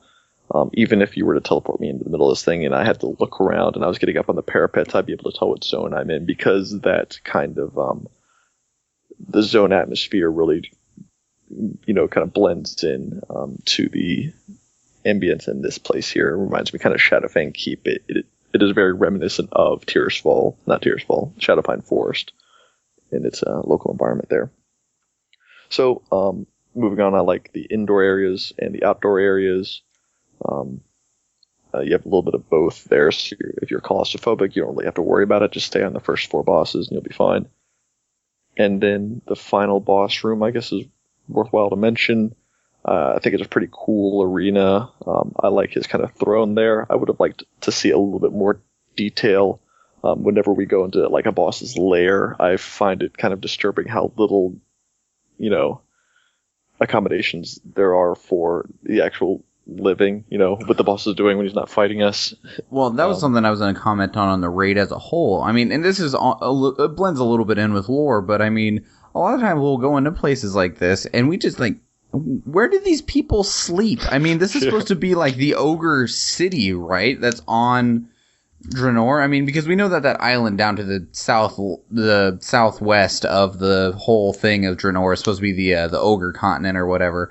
But this is supposed to be like the ogre city that's actually established on here. Where do these people sleep at? I mean, it's just a bunch of arenas after arenas after arenas. Where I don't know. Like, is there a place for them to sleep?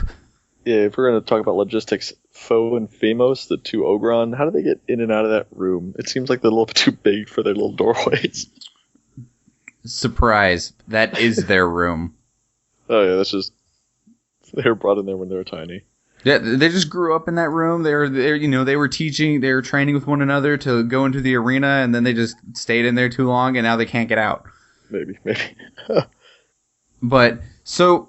With what you were saying about the ambience, though, I mean, like, the aesthetics of everything look really great. And incidentally, I love Blizzard's voiceover work. There is very few bad voice actors that do voices in Warcraft that I've come across. There's been a couple of them that kind of twinge the ear a little bit. But, I mean, like, when Kargath jumps in and he's talking to Imperator Margok, or when Imperator Margok is doing all of his stuff in his fight, I mean, it's just really good voice work. It really improves the immersion in it when you actually get people. It sounds like they're speaking naturally and they actually hold some power in their voice. I mean, the dude that they got to do Imperator Margok, he has this very nice, deep resonation in his voice that really lends an air. I mean, you see it in movies, where the king has a very powerful voice, and it's very nice to actually, see this. Kind of like the contrast with Cho'Gall. I mean, you have the intelligent head, which is, the dude who's actually good, but it would not work at all if, Imperator Margok sounded like Cho'Gall's creepy head, the, yes, kill him with fire voice, at all times. I wouldn't be able to take him seriously. It's hard to take Cho'Gall seriously sometimes. A little bit. Speaking of Cho'Gall, I'm always caught a little bit off guard by his new model of what his old self looked like. Because he has a new model of his in Warlords, and it looks pretty significantly different from the model that we saw like during the fight in Cataclysm. Are you talking about Cho'Gall? Yeah. which fight? Oh, wait. Oh, at the end of what's it called? Bastion and Twilight. I knew we'd seen it before. Yeah, he's a big deal in this, and we'll go more into this in lore, because there's a lot of things that I would like to present in lore for this raid. But the ambience in it is quite strong. Besides, just I feel like it's very odd that they just have so many almost everything just feels like in another arena. But they have, their big main arena, so I don't really know, like, even Tectus is in, like, an arena area. Mm-hmm. Like, I just feel like there's too many circles. Yeah. All these squares make a circle. Bonus points if you know what that's from. Florian, what were your thoughts on ambience? A lot of similar things. A lot of the arenas felt very uninteresting. Like you said, a bunch of big circles. There were no, aside from the Brackenspore fight, there wasn't anything that looked really unique or interesting or had any really interesting set pieces. Well, with Brackenspore and Kargath, because Kargath did have quite a bit going on in the arena. Correct. And also the outside of the arena became important too. The, what are they called? The spectator stands were also part of the fight. So that was a little bit of a change from the fighting in a big circle thing that's been going on. Another thing that kind of bugged me about the whole thing is the lack of... I don't feel like there are as many new models as there could be. There were a lot of stuff like Tectus is basically just a reused elemental model. And a lot of the just trash enemies and stuff, like there's nothing really unique or interesting about any of them. They're just kind of there, I suppose. They don't look cool. There are no unique looking mobs or anything like that I can remember. Yeah, I mean, I know what you're saying. I mean, Tectus is an elemental. Brackenspore is just the fungus monsters, which we've seen before. Korog is just really an ogre. The twins, they don't even look different from the other Grons. They didn't add extra trimming on them or anything. They're just big Grons. Exactly. And because of that, none of those bosses really feel special or different. Well, and in that general, goes into one of the main complaints I have about most dungeon raids in general is, I mean, I understand you want more bosses, but these filler bosses, boss 3 out of 7, who is Gron numbered 248 on our random encounter scale. Right. I mean, and we were talking about Firelands last week, and how each boss was kind of like their mob type, only bigger and with kind of more detail added. Shanox with his eye patch, and the horns are different shaped than the other lizard men. The golem guy was much different looking, with more details and flares added. And yeah, that does seem a little bit lacking in this dungeon. However, we're comparing an end of an expansion raid tier to the very first of the expansion raid tier, so maybe they're going to pull out more of the stops in the future, and this is more of an essay. Maybe, but I kind of cut Florian off there. So what were you trying to say, Florian? I'm sorry. Just in general, the whole thing, it feels to me a little smaller than Highmaul feels like it should be. Like everything, especially when you're moving from one of the boss arenas to another, it feels a little claustrophobic. Like, Highmaul is supposed to be theoretically a city, but it feels like everything is way too small with lots of tight alleyways and the like. And I just don't feel, in general, it doesn't feel big enough. It doesn't feel raid size. It almost feels like some of those areas in between arenas were built to be 5-man dungeons. That makes sense. I mean, for, like you said, for a city, if those were meant to be actual, like, passageways that you travel, if there was a decent number of people there, especially with as big as ogres are, it would be like single file lines going one way. Say that really about me again? Like with some of the way some of the like hallways and stuff are, like especially like down like the proverbial roads, like after you get out of the arena with Kargath, like that road that's right in front of you, it's not very big. It's not very wide. Like Florian's saying, if this is meant to be a city, especially an ogre city, there's not a whole lot of room. So I mean, it would be like if they're trying to actually traverse across that little passageway. I mean, ogres are big. So I mean, it'd have to be like a single file line going one direction. Yeah, I'm not entirely sure if it's more supposed to be a city or just kind of like a seat of power, almost like a Capitol building or Congress or National Mall would be for the United States. It's where he governs his kingdom from. It's more of a stronghold, less of a city. Would that make it make more sense in that context? Yes and no, but it's the only reason I say no is because it's the only ogre foothold on Draenor. There isn't anywhere else that they are. It's not. I mean, it may technically be an outpost from their main continent, but at the same time, it's still just so far away from. There should be. As large of an establishment as it is, it's not very planned out. Well, we can talk about this more in lore, but they've also got Bladespire Citadel, where they're kind of ousted from at the beginning of the Horde questline in Frostfire Ridge. I'm not positive you've had the pleasure of doing that Nope. questline, have you? Haven't even touched it. Haven't even looked at it. I intend to boost a Horde character so I can do it, but somebody stole my debit card information, so I currently don't have access to any of my money. It's not been a good week for you, man. No, it's not been a great week for me. I'm pretty sure it was this place I ordered pizza from. I ordered pizza, and 2 hours later, my bank calls me and goes, "So we needed to verify a charge with you. On your number, we have." I use my cell phone service is GCI, incidentally. General Communications Incorporated, and they give us a call. They're like, "We have a charge going to your account from the T-Mobile store for $698.98. They just buy a little cell phone for themselves. Yeah, I was like, so they're trying to buy a phone. They're like, yeah, and we noticed that you get charges from GCI, and we don't see any charges ever from T-Mobile, so we wanted to verify this with you. And I'm like, not me. They're like, cool, canceling the charge, and we're gonna cancel your card too, and we'll mail you a new one. I'm still waiting on the new one. That's funny. I hope you called back the pizza restaurant. No, I didn't. I didn't even bother with it. I was grumpy about other things. I didn't want to deal with pizza stuff. Or you just send me an email after the show and I'll call him. Okay. But yeah, I mean, I didn't know that there was ogres in the Bladespire Citadel. Is that its name? Yeah, I believe. And that was what people were wanting to be the Horde home city.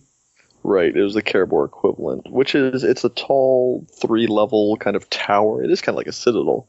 Very circular avenue path going up alongside from the first to the second level, and then a second path going up to the third level on the inside of the second level. It's it definitely wouldn't. I could see it as a raid dungeon, honestly. Maybe with 2 or 3 or 4 bosses. That'd be fun. Silly, yeah, it would be kind of fun.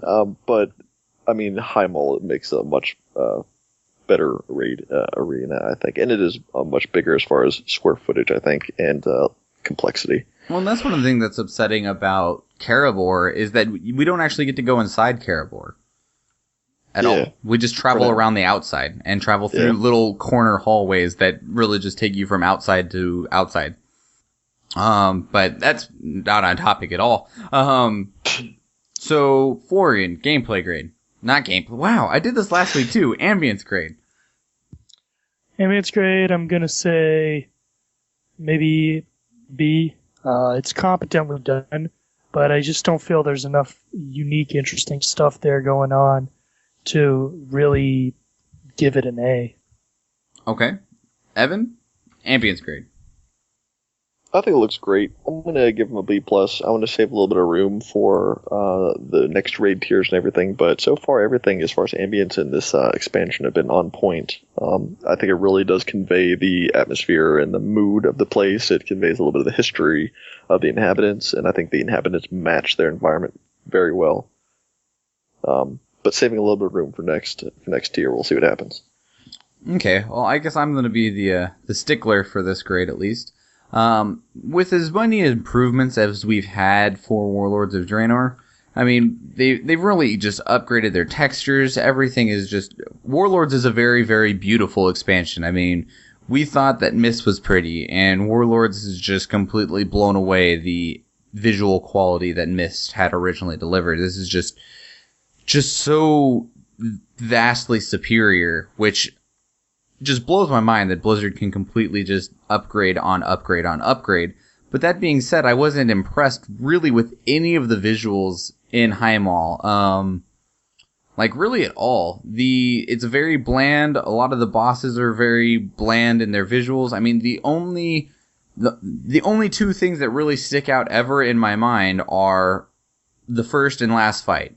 Kargath's fight is there's so much more energy because the crowd is there and everything's happening around you. And then Margok, I mean, he has lots of very beautiful spell effects. But everyone else it really just does feel like cookie cutter boss 2 through 6. Even their spell effects and not even just the gameplay, just all the visuals and everything. It just feels very bland to me. So I'm actually going to give it a C- because I feel as though it's just very weak from an ambience perspective. So that'll take us steps into gameplay. And gameplay are all for raids and dungeons. Gameplay is primarily the fights, especially because there's not a whole lot of trash, and you skip a lot of the trash in Highmaul. So I'll take the first steps for gameplay. I actually enjoyed a lot of the fights in Highmaul. They have gotten a lot higher quality over the years, and making the fights, I don't want to say easier. They're a little bit more friendly, both in LFR and normal. I haven't tried any heroic yet, and I know that Mythic is its own category, but you do get a little bit of leeway room, which I think makes the game more fun. And there's still mechanics that can completely wreck you, but there's ways to compensate for them, or, if more people are aware, it's not just so much of what, some of the old raids and stuff are of just, oh, you messed this up, well, you all wipe and die now. That really took away a lot from it. Whereas this, like, if someone messes up the purpley, not the purple, the red smoke stuff, which names escapes me on Tectus, and, runs it through the raid, a lot of people are going to get hurt, but, people might not die as long as they realize, I need to move. And then, you got this energy of the healers trying to get it back up, but it's not just, oh, you messed this up, you die. And even on Margok, I mean, on normal, people can hit the mines and it doesn't wipe the raid. On higher difficulties, if you hit the mine, you wipe the raid, but that's because you're on a higher difficulty, you need to not mess up.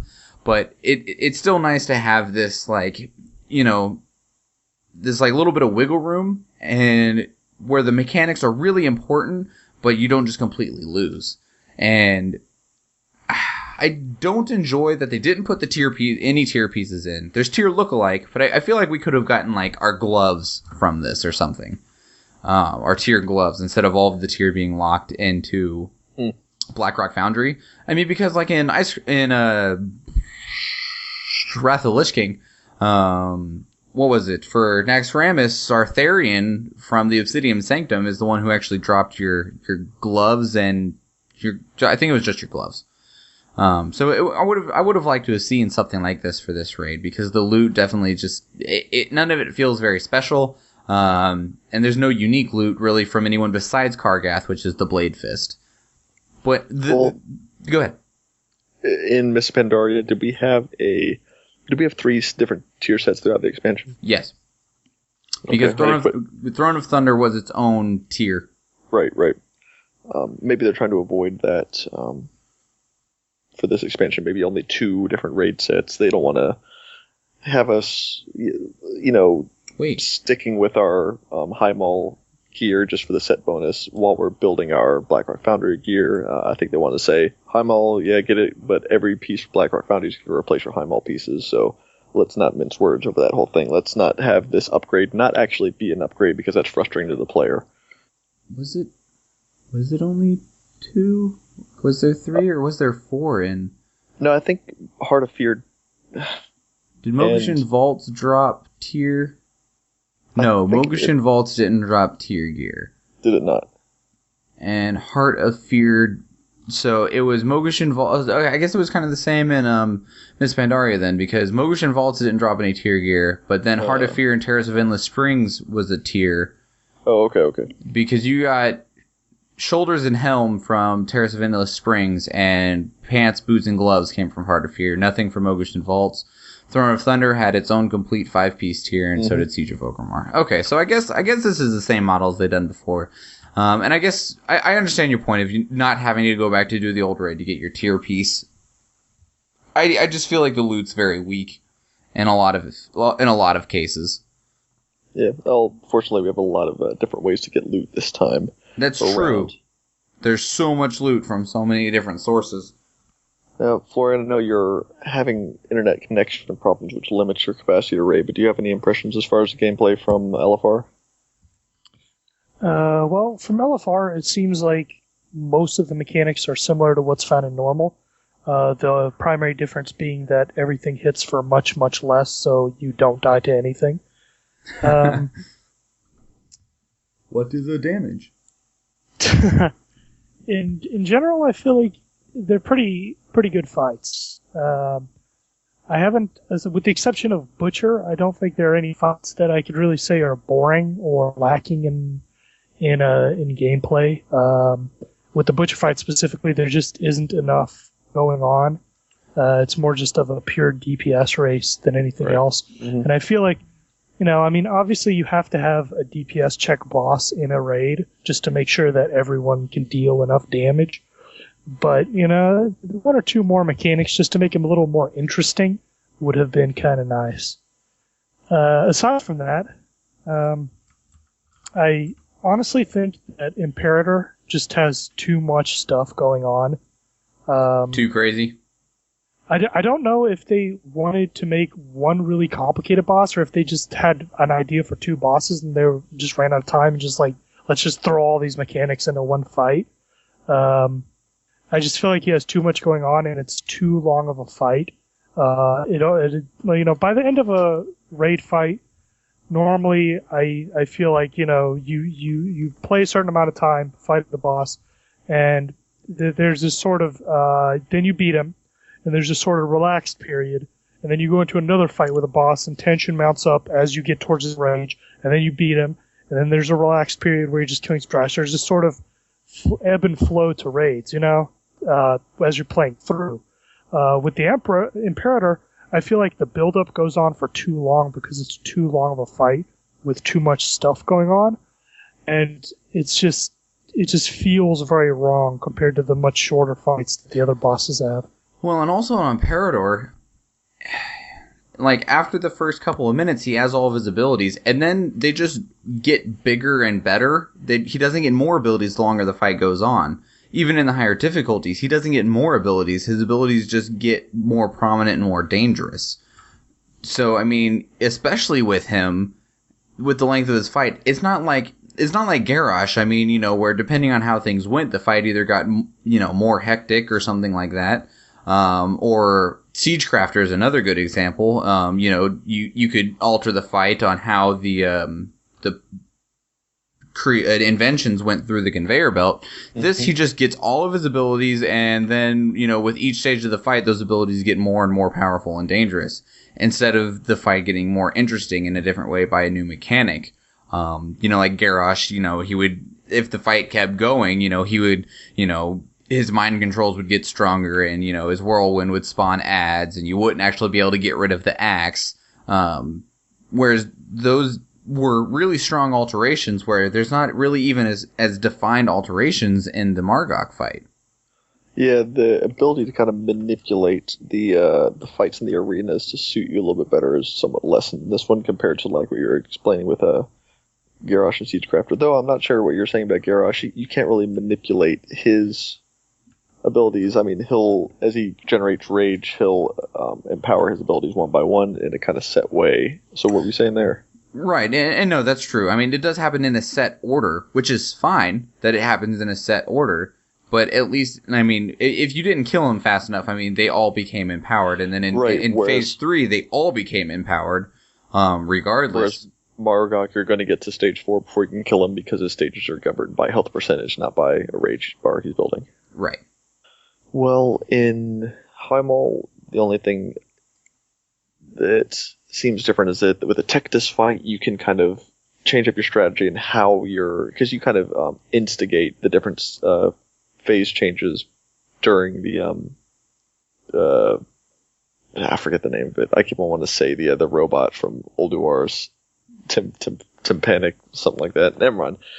You can transition him into different phases on your own command and decision, based on whether or not you DPS him down during his big AoE. And so if you want to kill it this way or that way, or keep them both as shards, or kill both shards at once and group all of the motes up and AoE them that way, I mean, that's your prerogative. And then when you have Bracken Spore, you're interacting with the environment more, and you can ignore one mushroom or the other, or you can use a flamethrowers to create a specific environment for you guys. And there are certain, I guess, ways that way to manipulate the fight and manipulate the environment in a way that could lend itself to be easier for one raid composition or another, like you were saying with Siege Crafter. But yeah, Margok itself, I see kind of what you're saying. The only thing there is to do is to learn the mechanics and keep them all in your head. And I think that's the primary challenge, is to remember how each phase affects his abilities and try to keep everything in your head with a really strong working memory, in order to make sure you're doing the right things at the right times. And unfortunately, none of us have done Mythic, so we can't comment from experience on how Phase 4 of the Margok fight, or Phase 5 of the Margok fight, where you're actually fighting Cho'Gall, happens. We're not Mythic Raiders, and even if we were, I don't think we'd be quite to Margok yet. That is a very, very prestigious thing to do, to be on the last fight on the hardest difficulty. Do you think more people will be doing Mythic after they've gotten their gear from Blackrock Foundry? Going back to Mythic Highmaul? Maybe. I mean, the Mythic gear, from... the item levels are close enough that I could see people going back. But, I mean, if you're able to do Mythic Highmaul, why aren't you just trying to progress in Mythic Blackrock? I don't know. I guess it depends on where the kind of item levels are set up, or the difficulty of the separate encounters. Because, like a lot of people are saying, normal Imperator is harder than a lot of the heroic bosses. No, yeah, that's very true. I mean, I know personally of 4 guilds that are 6 out of 7 heroic and normal, but can't kill Imperator on either difficulty. Yeah. Which is a testament. But my question is like, I've fought him once on normal, and I fought him once on LFR, and both times, I don't necessarily feel like the fight is really difficult. It's just so long. Like, I just feel like it's an endurance test most of the time. It is like Garrosh, yeah. After you wipe it 2%, it feels like a big waste of time. Well, and also it's like complicated mechanics. It's like, okay, got it. Awesome, got it. Well, by the 10th time, I might not have been able to get it again. I mean, it's one of those things of like, you have to continuously do this correctly every single time, which, I mean, is fine, yeah. But at the same time, making me do it over and over and over again is really exhausting. Harsh. Mm-hmm. I mean, because it's for like 18 minutes. I'm always going to bring it back to the example of tanking the Archarius of Flame on Timeless Isle. He's doing that big cleave every second and a half, and if you lapse and you're dancing at all, then you're dead with an insta-kill. Yeah, so you just lose. If you have only 3 or 4 people DPSing on him, you don't need a healer because you're not taking really any damage except from the golems or whatever. But man, if you misstep, then that's a wipe. Misstep once is very low tolerance for error, especially in the higher difficulties of Margok, like we're saying. And then it's such an endurance fight. It takes so long. You have to constantly be aware of what's going on. And that's rough. But I would like to say one more thing before we move on to the next section. I really like Kogrog. I think he has a really cool mechanic, and he might be my favorite fight of the entire dungeon. I like Brackenspore a whole lot, but I think Kogrog might be my favorite. Tectis might also be my favorite. Tectis is a really interesting fight. I think you just like the fights, Evan. Kogrog, I think, might be my favorite. I'll explain why. The soaking of the shields, and so cool. Tanking the ads and trying to kill them inside the void zones, which deal a ton of damage even to a tank. It's unreal the amount of damage those void zones do if you stand in them for a little bit. It's like so much going on. It's busy. It's a busy fight, but it's not necessarily busy for everything. Like the shadow, the Expel Magic Shadow is basically something healer needs to worry about. The Expel Arcane is something tanks need to worry about. The fire is something the DPS needs to kind of worry about. And so it's busy, but it's kind of compartmentalized. You can kind of tunnel on your own little queues, and it's fun to coordinate and make sure everybody's on the same page and works together as a team to make sure the right people go into the right thing at the same time. There's a lot of individual responsibility where a lot of the fights, basically everybody has to just keep their head on straight and stay out of the fire, but with Korog, you have to depend on your hunter, especially if you only have a 10-man group. You really have to have your hunter do that just right, make sure he doesn't die. You have to make sure your mage is up the entire time, make sure your warlock's there to take it the third soak, and I like when people have to take responsibility, especially in DPS roles. Well, and that's one of the things that I enjoy about the raid altogether is that, like, Kargath on almost all of the difficulties is considered to be really, really easy. It was kind of like a Mercius. I mean, there was tons and tons of people that I had killed a Mercius on Heroic. And I enjoyed, and so the first boss is, very, very easy, and I don't find Tectus, Butcher, or Brackenspore to be extremely difficult. There's a few mechanics that can really wreck pugs, but for the most part, I have not found the mechanics to be anything that really, just destroys people. And then after that, you really get into much more interactive, more integrated fights that are much more enjoyable. I really enjoy Twins. I know a lot of people hate it because it's all this fire and craziness, and I actually enjoy that a lot.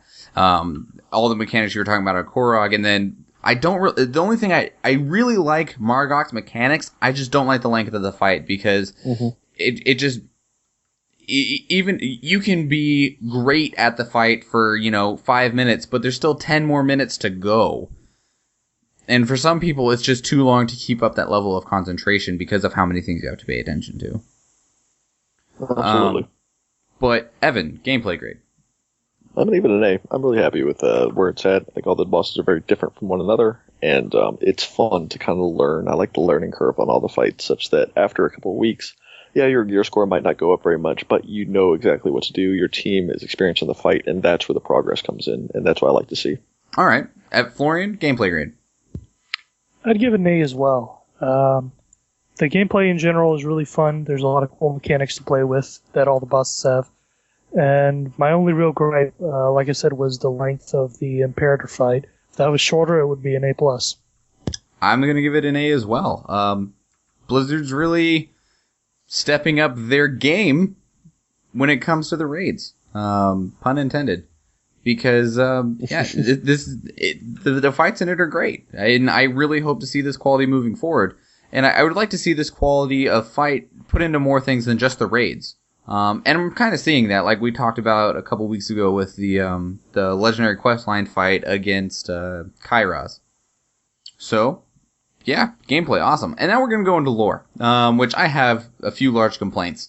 But we will go. I started off gameplay, I believe. So, Florian, you can give us the opener for lore. I feel like the lore for this raid is kind of weak.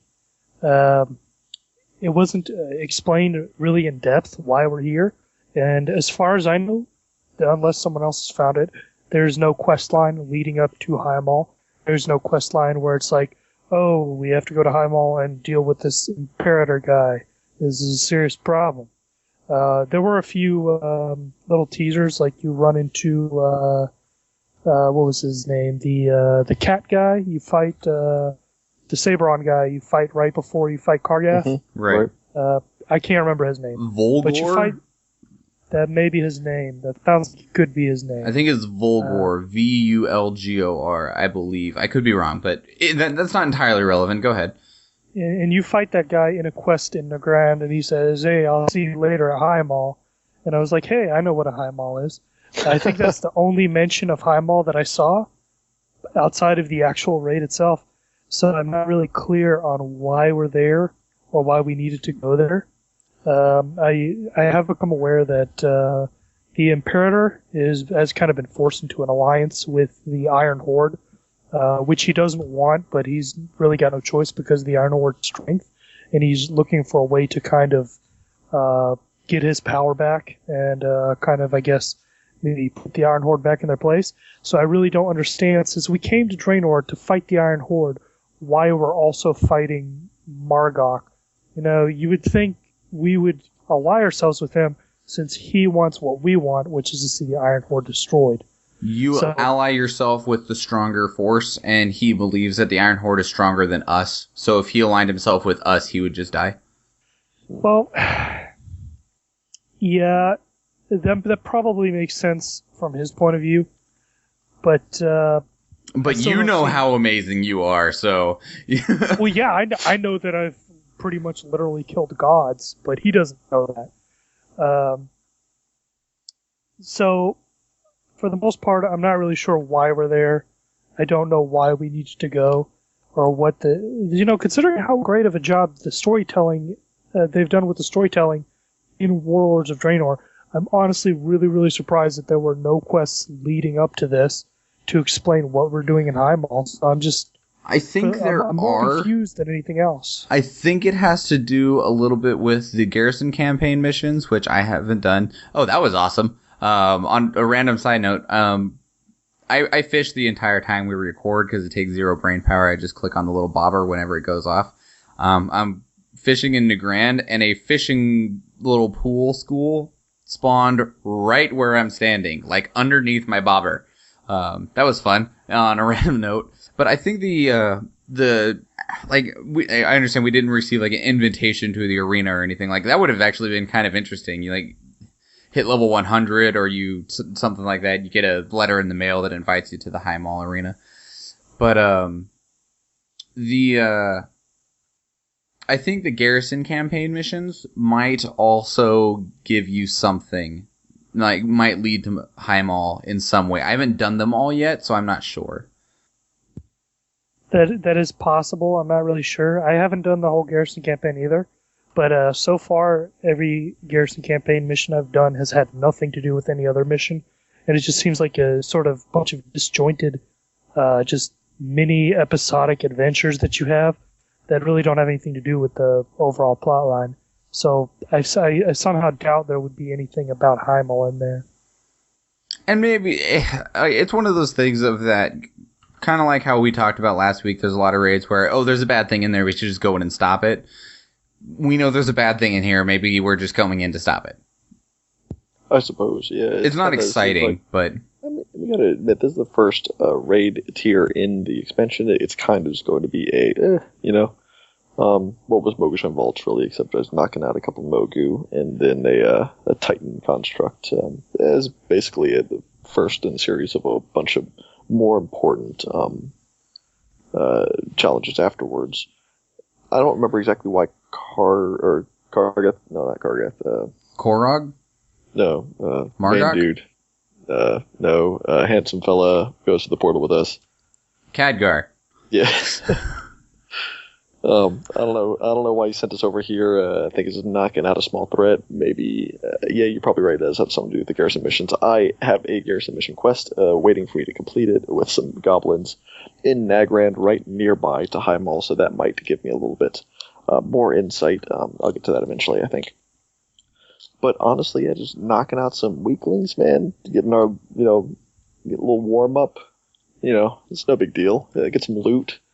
Big old mallet if you want. Going over the Blackrock Foundry afterwards seems like the more relevant to the storyline for the expansion as a whole. But given Margok's position in the Iron Horde conflict, getting him out of the way is probably going to be more of a help. Totally, it's just an easy target to kind of pick off before we're going after the main head of the Hydra, as it were. Well, and it's all the Iron Horde. I mean, even if they're not happy with their allegiance, they're still technically part of the Iron Horde, and that's what we're here to stop. So we have to stop all of it. We can't just stop what's convenient. But, I mean, I do understand Florian's gripe of there's not a whole lot of intro to it. I mean, like, there wasn't a whole lot of intro to Mogushan Vaults, but we did see a very heavy intro of that for, like, Heart of Fear in Pandaria, of that, like, almost all of the Dread Waste was geared towards how their queen is gone crazy.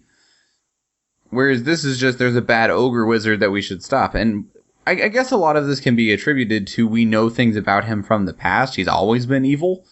Mm. But it does feel very odd. And then, I quickly scanned over because the Dungeon Journal has like a little bit of information about all the bosses. They're like a lot of this is very weak. I mean, Tectus is just some weird earth elemental that the Dark Orcs are currently in control of. Brackenspore is actually apparently controlled by the Iron Horde.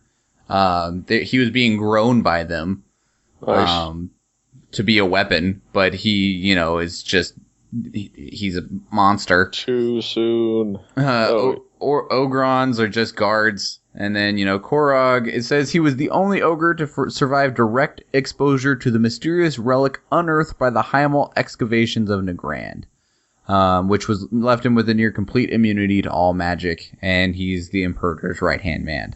So, I mean, I do definitely... I always dislike, the boss number 3 mentality, and there's not much lead up to Highmaul. I hope we get a little bit more of an opener to Blackrock Foundry, because did we even get a preview for Highmaul? I don't believe so. Yeah, we didn't even get a little in-game cinematic preview for Highmaul that I recall. So hopefully we at least get something like that for Blackrock, because those at least do give us some sort of lore premise. Even if it's just like a 1.5-minute, 2-minute video displaying all the bosses, gives us a little bit more of a visual and a little bit more insight into why we're going to stop these people, especially if there's not a quest associated with it. It's just the doors are open, which always seems weird to me. It's like, why can't I just go there right now and just punch him? Yeah. Especially Blackhand. He survived. Yeah. I want to go punch him. So you have, if we're drawing parallels between here and Miss Pandaria, we have Mogashon Vaults, which didn't have really all that much lead up to it either, I don't believe. Then again, I didn't play the very beginning of the expansion. I don't know if they were heavily involved with the Golden Lotus and all that. I think the Mogashon Vault's entrance was actually in Kunlai Summit, is that right? I am not 100% certain.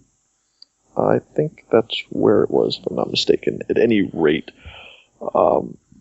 then Heart of Fear, like you said, the Queen had gone crazy, but there was an entire zone dedicated to the lore behind the conflict in their little society and the little, what do you call them? The good guys. At the time, they were the good guys. Trying to use depose her, and all that. And then so you go in there, there's a lot of bad stuff going on with the Shah, and lots of mean bugs and stuff like that. And it was a little bit more relevant. And then you had Terrace of the Endless Spring, which was big old Shah guy there, really relevant.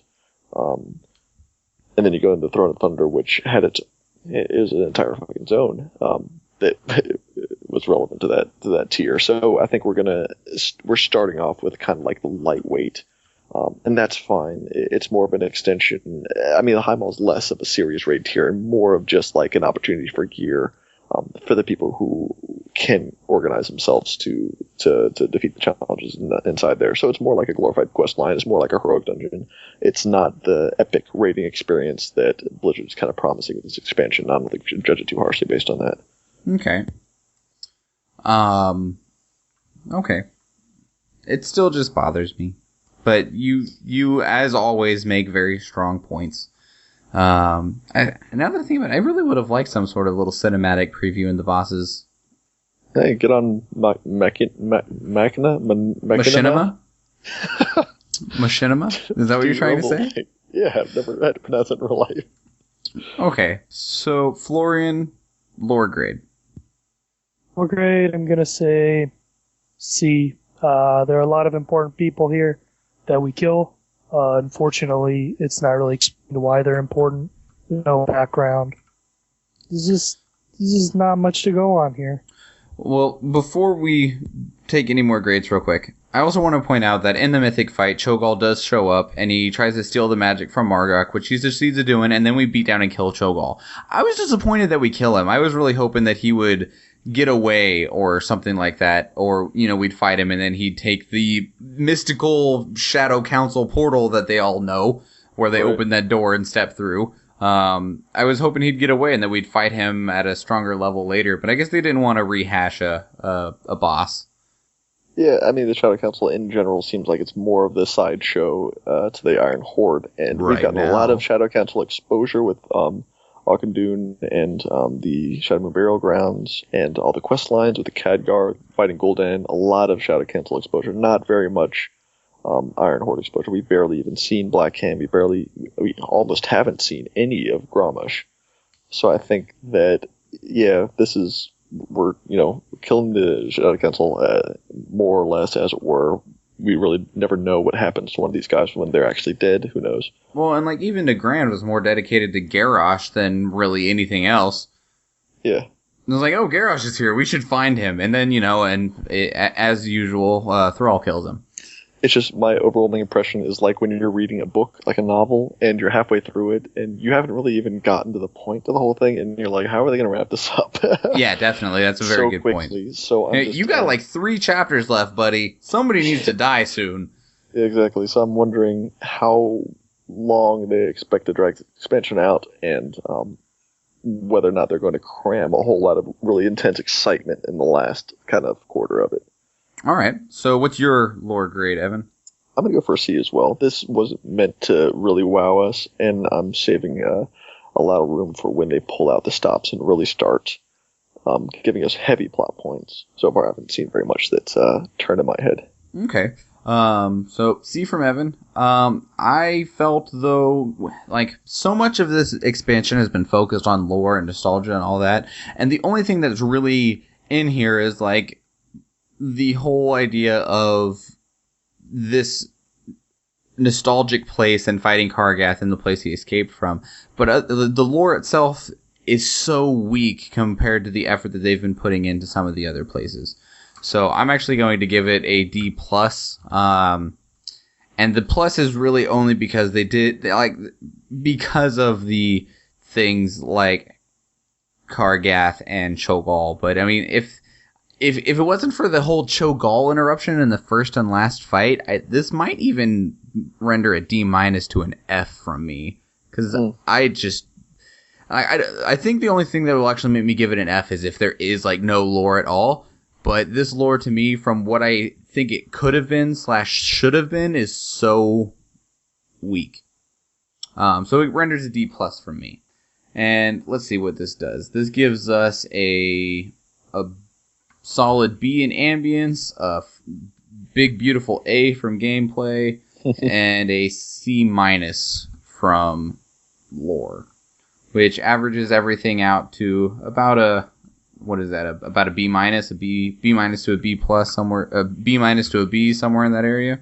Mm-hmm. The real saving grace of this raid truly is the gameplay, because I mean it got hurt in both of the other categories. It's not exactly a most memorable raid when it comes to the aesthetics of it in any way, really. And it's still pretty, though. I mean, it still looks good, but I mean, it's not. The visuals aren't epic, so you're not going to really remember the visuals that strongly, like you might, Ice Crown or even Sunwell or something like that. Right, and these are two last tier raids you just named too. That's true, good point. But like Ulduar, I mean, a lot of people will talk about how great Ulduar looked. My brain just stopped when I had that thought. Yeah, a lot of people. I think Ulduar was a really good looking dungeon too. A lot of good aesthetics there. Maybe we'll talk about it some other time though. Maybe. And then the lore is just really weak. You can see from all of our grades that the lore is just falls pretty flat. But if you're a gameplay person, and that's what you care about, the gameplay in this is really, really strong. It's great. It's there. If you really want to enjoy, even on normal, you can get a really high quality amount of what a raid should feel like from this. I really recommend normal compared to LFR. LFR they really went with the whole tourist mode thing this expansion for LFR. Yeah, it's super easy on LFR. Even Margok is super easy. So I would consider really trying to figure out a way to push to do it on normal, and even if that means you have to go through LFR, because you'll really get if you really want to experience what a good raid boss and environment feels like. Aside from finding a guild group and all of that, then Highmaul has a lot to offer when it comes to the raiding experience itself. Do you guys have any other thoughts that you would like to throw on there for closing statements for the raid? No, the only thing I'll say is that I think this sets a pretty good tone, and I'm really excited about getting into Blackrock Blackrock Foundry. What about you, Florian? Anything that you'd like to add on to the end? Nothing in particular. I mean, it's an okay raid. It does what it needs to do. There's loot! Yeah, that's pretty much all it's here for. It's loot pinatas big all old around. loot pinata. At least, I will say another thing that I will actually... This is gameplay again. That I appreciate that there is... This raid really feels like it has the right amount of trash. Especially with being able to skip some of it, and the trash drops decent loot. The trash in this dungeon feels very well done. None of the trash really feels like it's going to overpower you or anything like that. It just feels like trash, and it's not endless. You could, I feel like you should be able to. You can get around some of it. It's just good trash.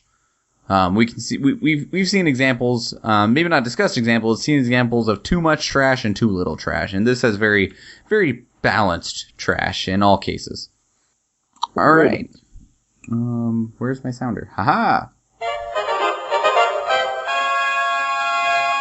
That brings us to the end of the show, everybody. I would like to thank all of you for listening, and I still encourage you to send all of your feedback and questions to our email at thecastbar@gmail.com, our Twitter, which is @castbarpodcast, or our phone, our email, voicemail, at 508-738-2278.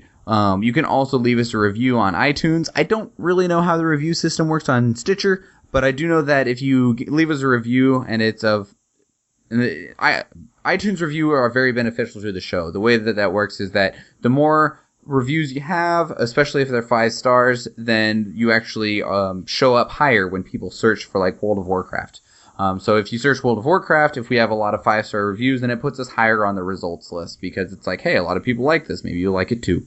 You can find all of our old shows currently on iTunes and Stitcher. If there's somewhere else that you would like them to be available, please let us know in any of the ways that I already read off. Because if there's another place that they need to be so that you can enjoy them or that you feel they should be more accessible to people, I would like to know so that we can get those out there so more people can listen to them. All of the music for our bumpers is done by Kevin MacLeod. You can find his work at incomtech.com. You can buy his music, or you can use it under the Creative Commons license, which is royalty-free, which you just need to give him credit. For me, you can send an email to my attention at the email for the show, or I have my own personal Twitter, which is @SchwanMichael. Evan, where are people able to find you? You can send me an email to my attention at the email for the show, or if you'd like to contact me via Twitter, you can contact me at EDCWow. And Florian? You can send me an email, just like any of us, via the show's email address. Or you can follow me on Twitter at Phalanx, spelled Phalangx, where I will be posting tons of WoW selfies once I get that camera. As a little closer to the show, I just finished a Highmaul raid mission. I have done 3 of these, not including this one, and every single one has given me a neck piece, which I had already gotten a neck piece from Highmaul. So I have been very disappointed with these. And I'm going to open it real quick and see what I get. And I get a chest piece, which is an upgrade. Woohoo! Yay. All right. So you guys have a good week, and we will see everyone later. And thanks for coming, guys. Later. You are out of time.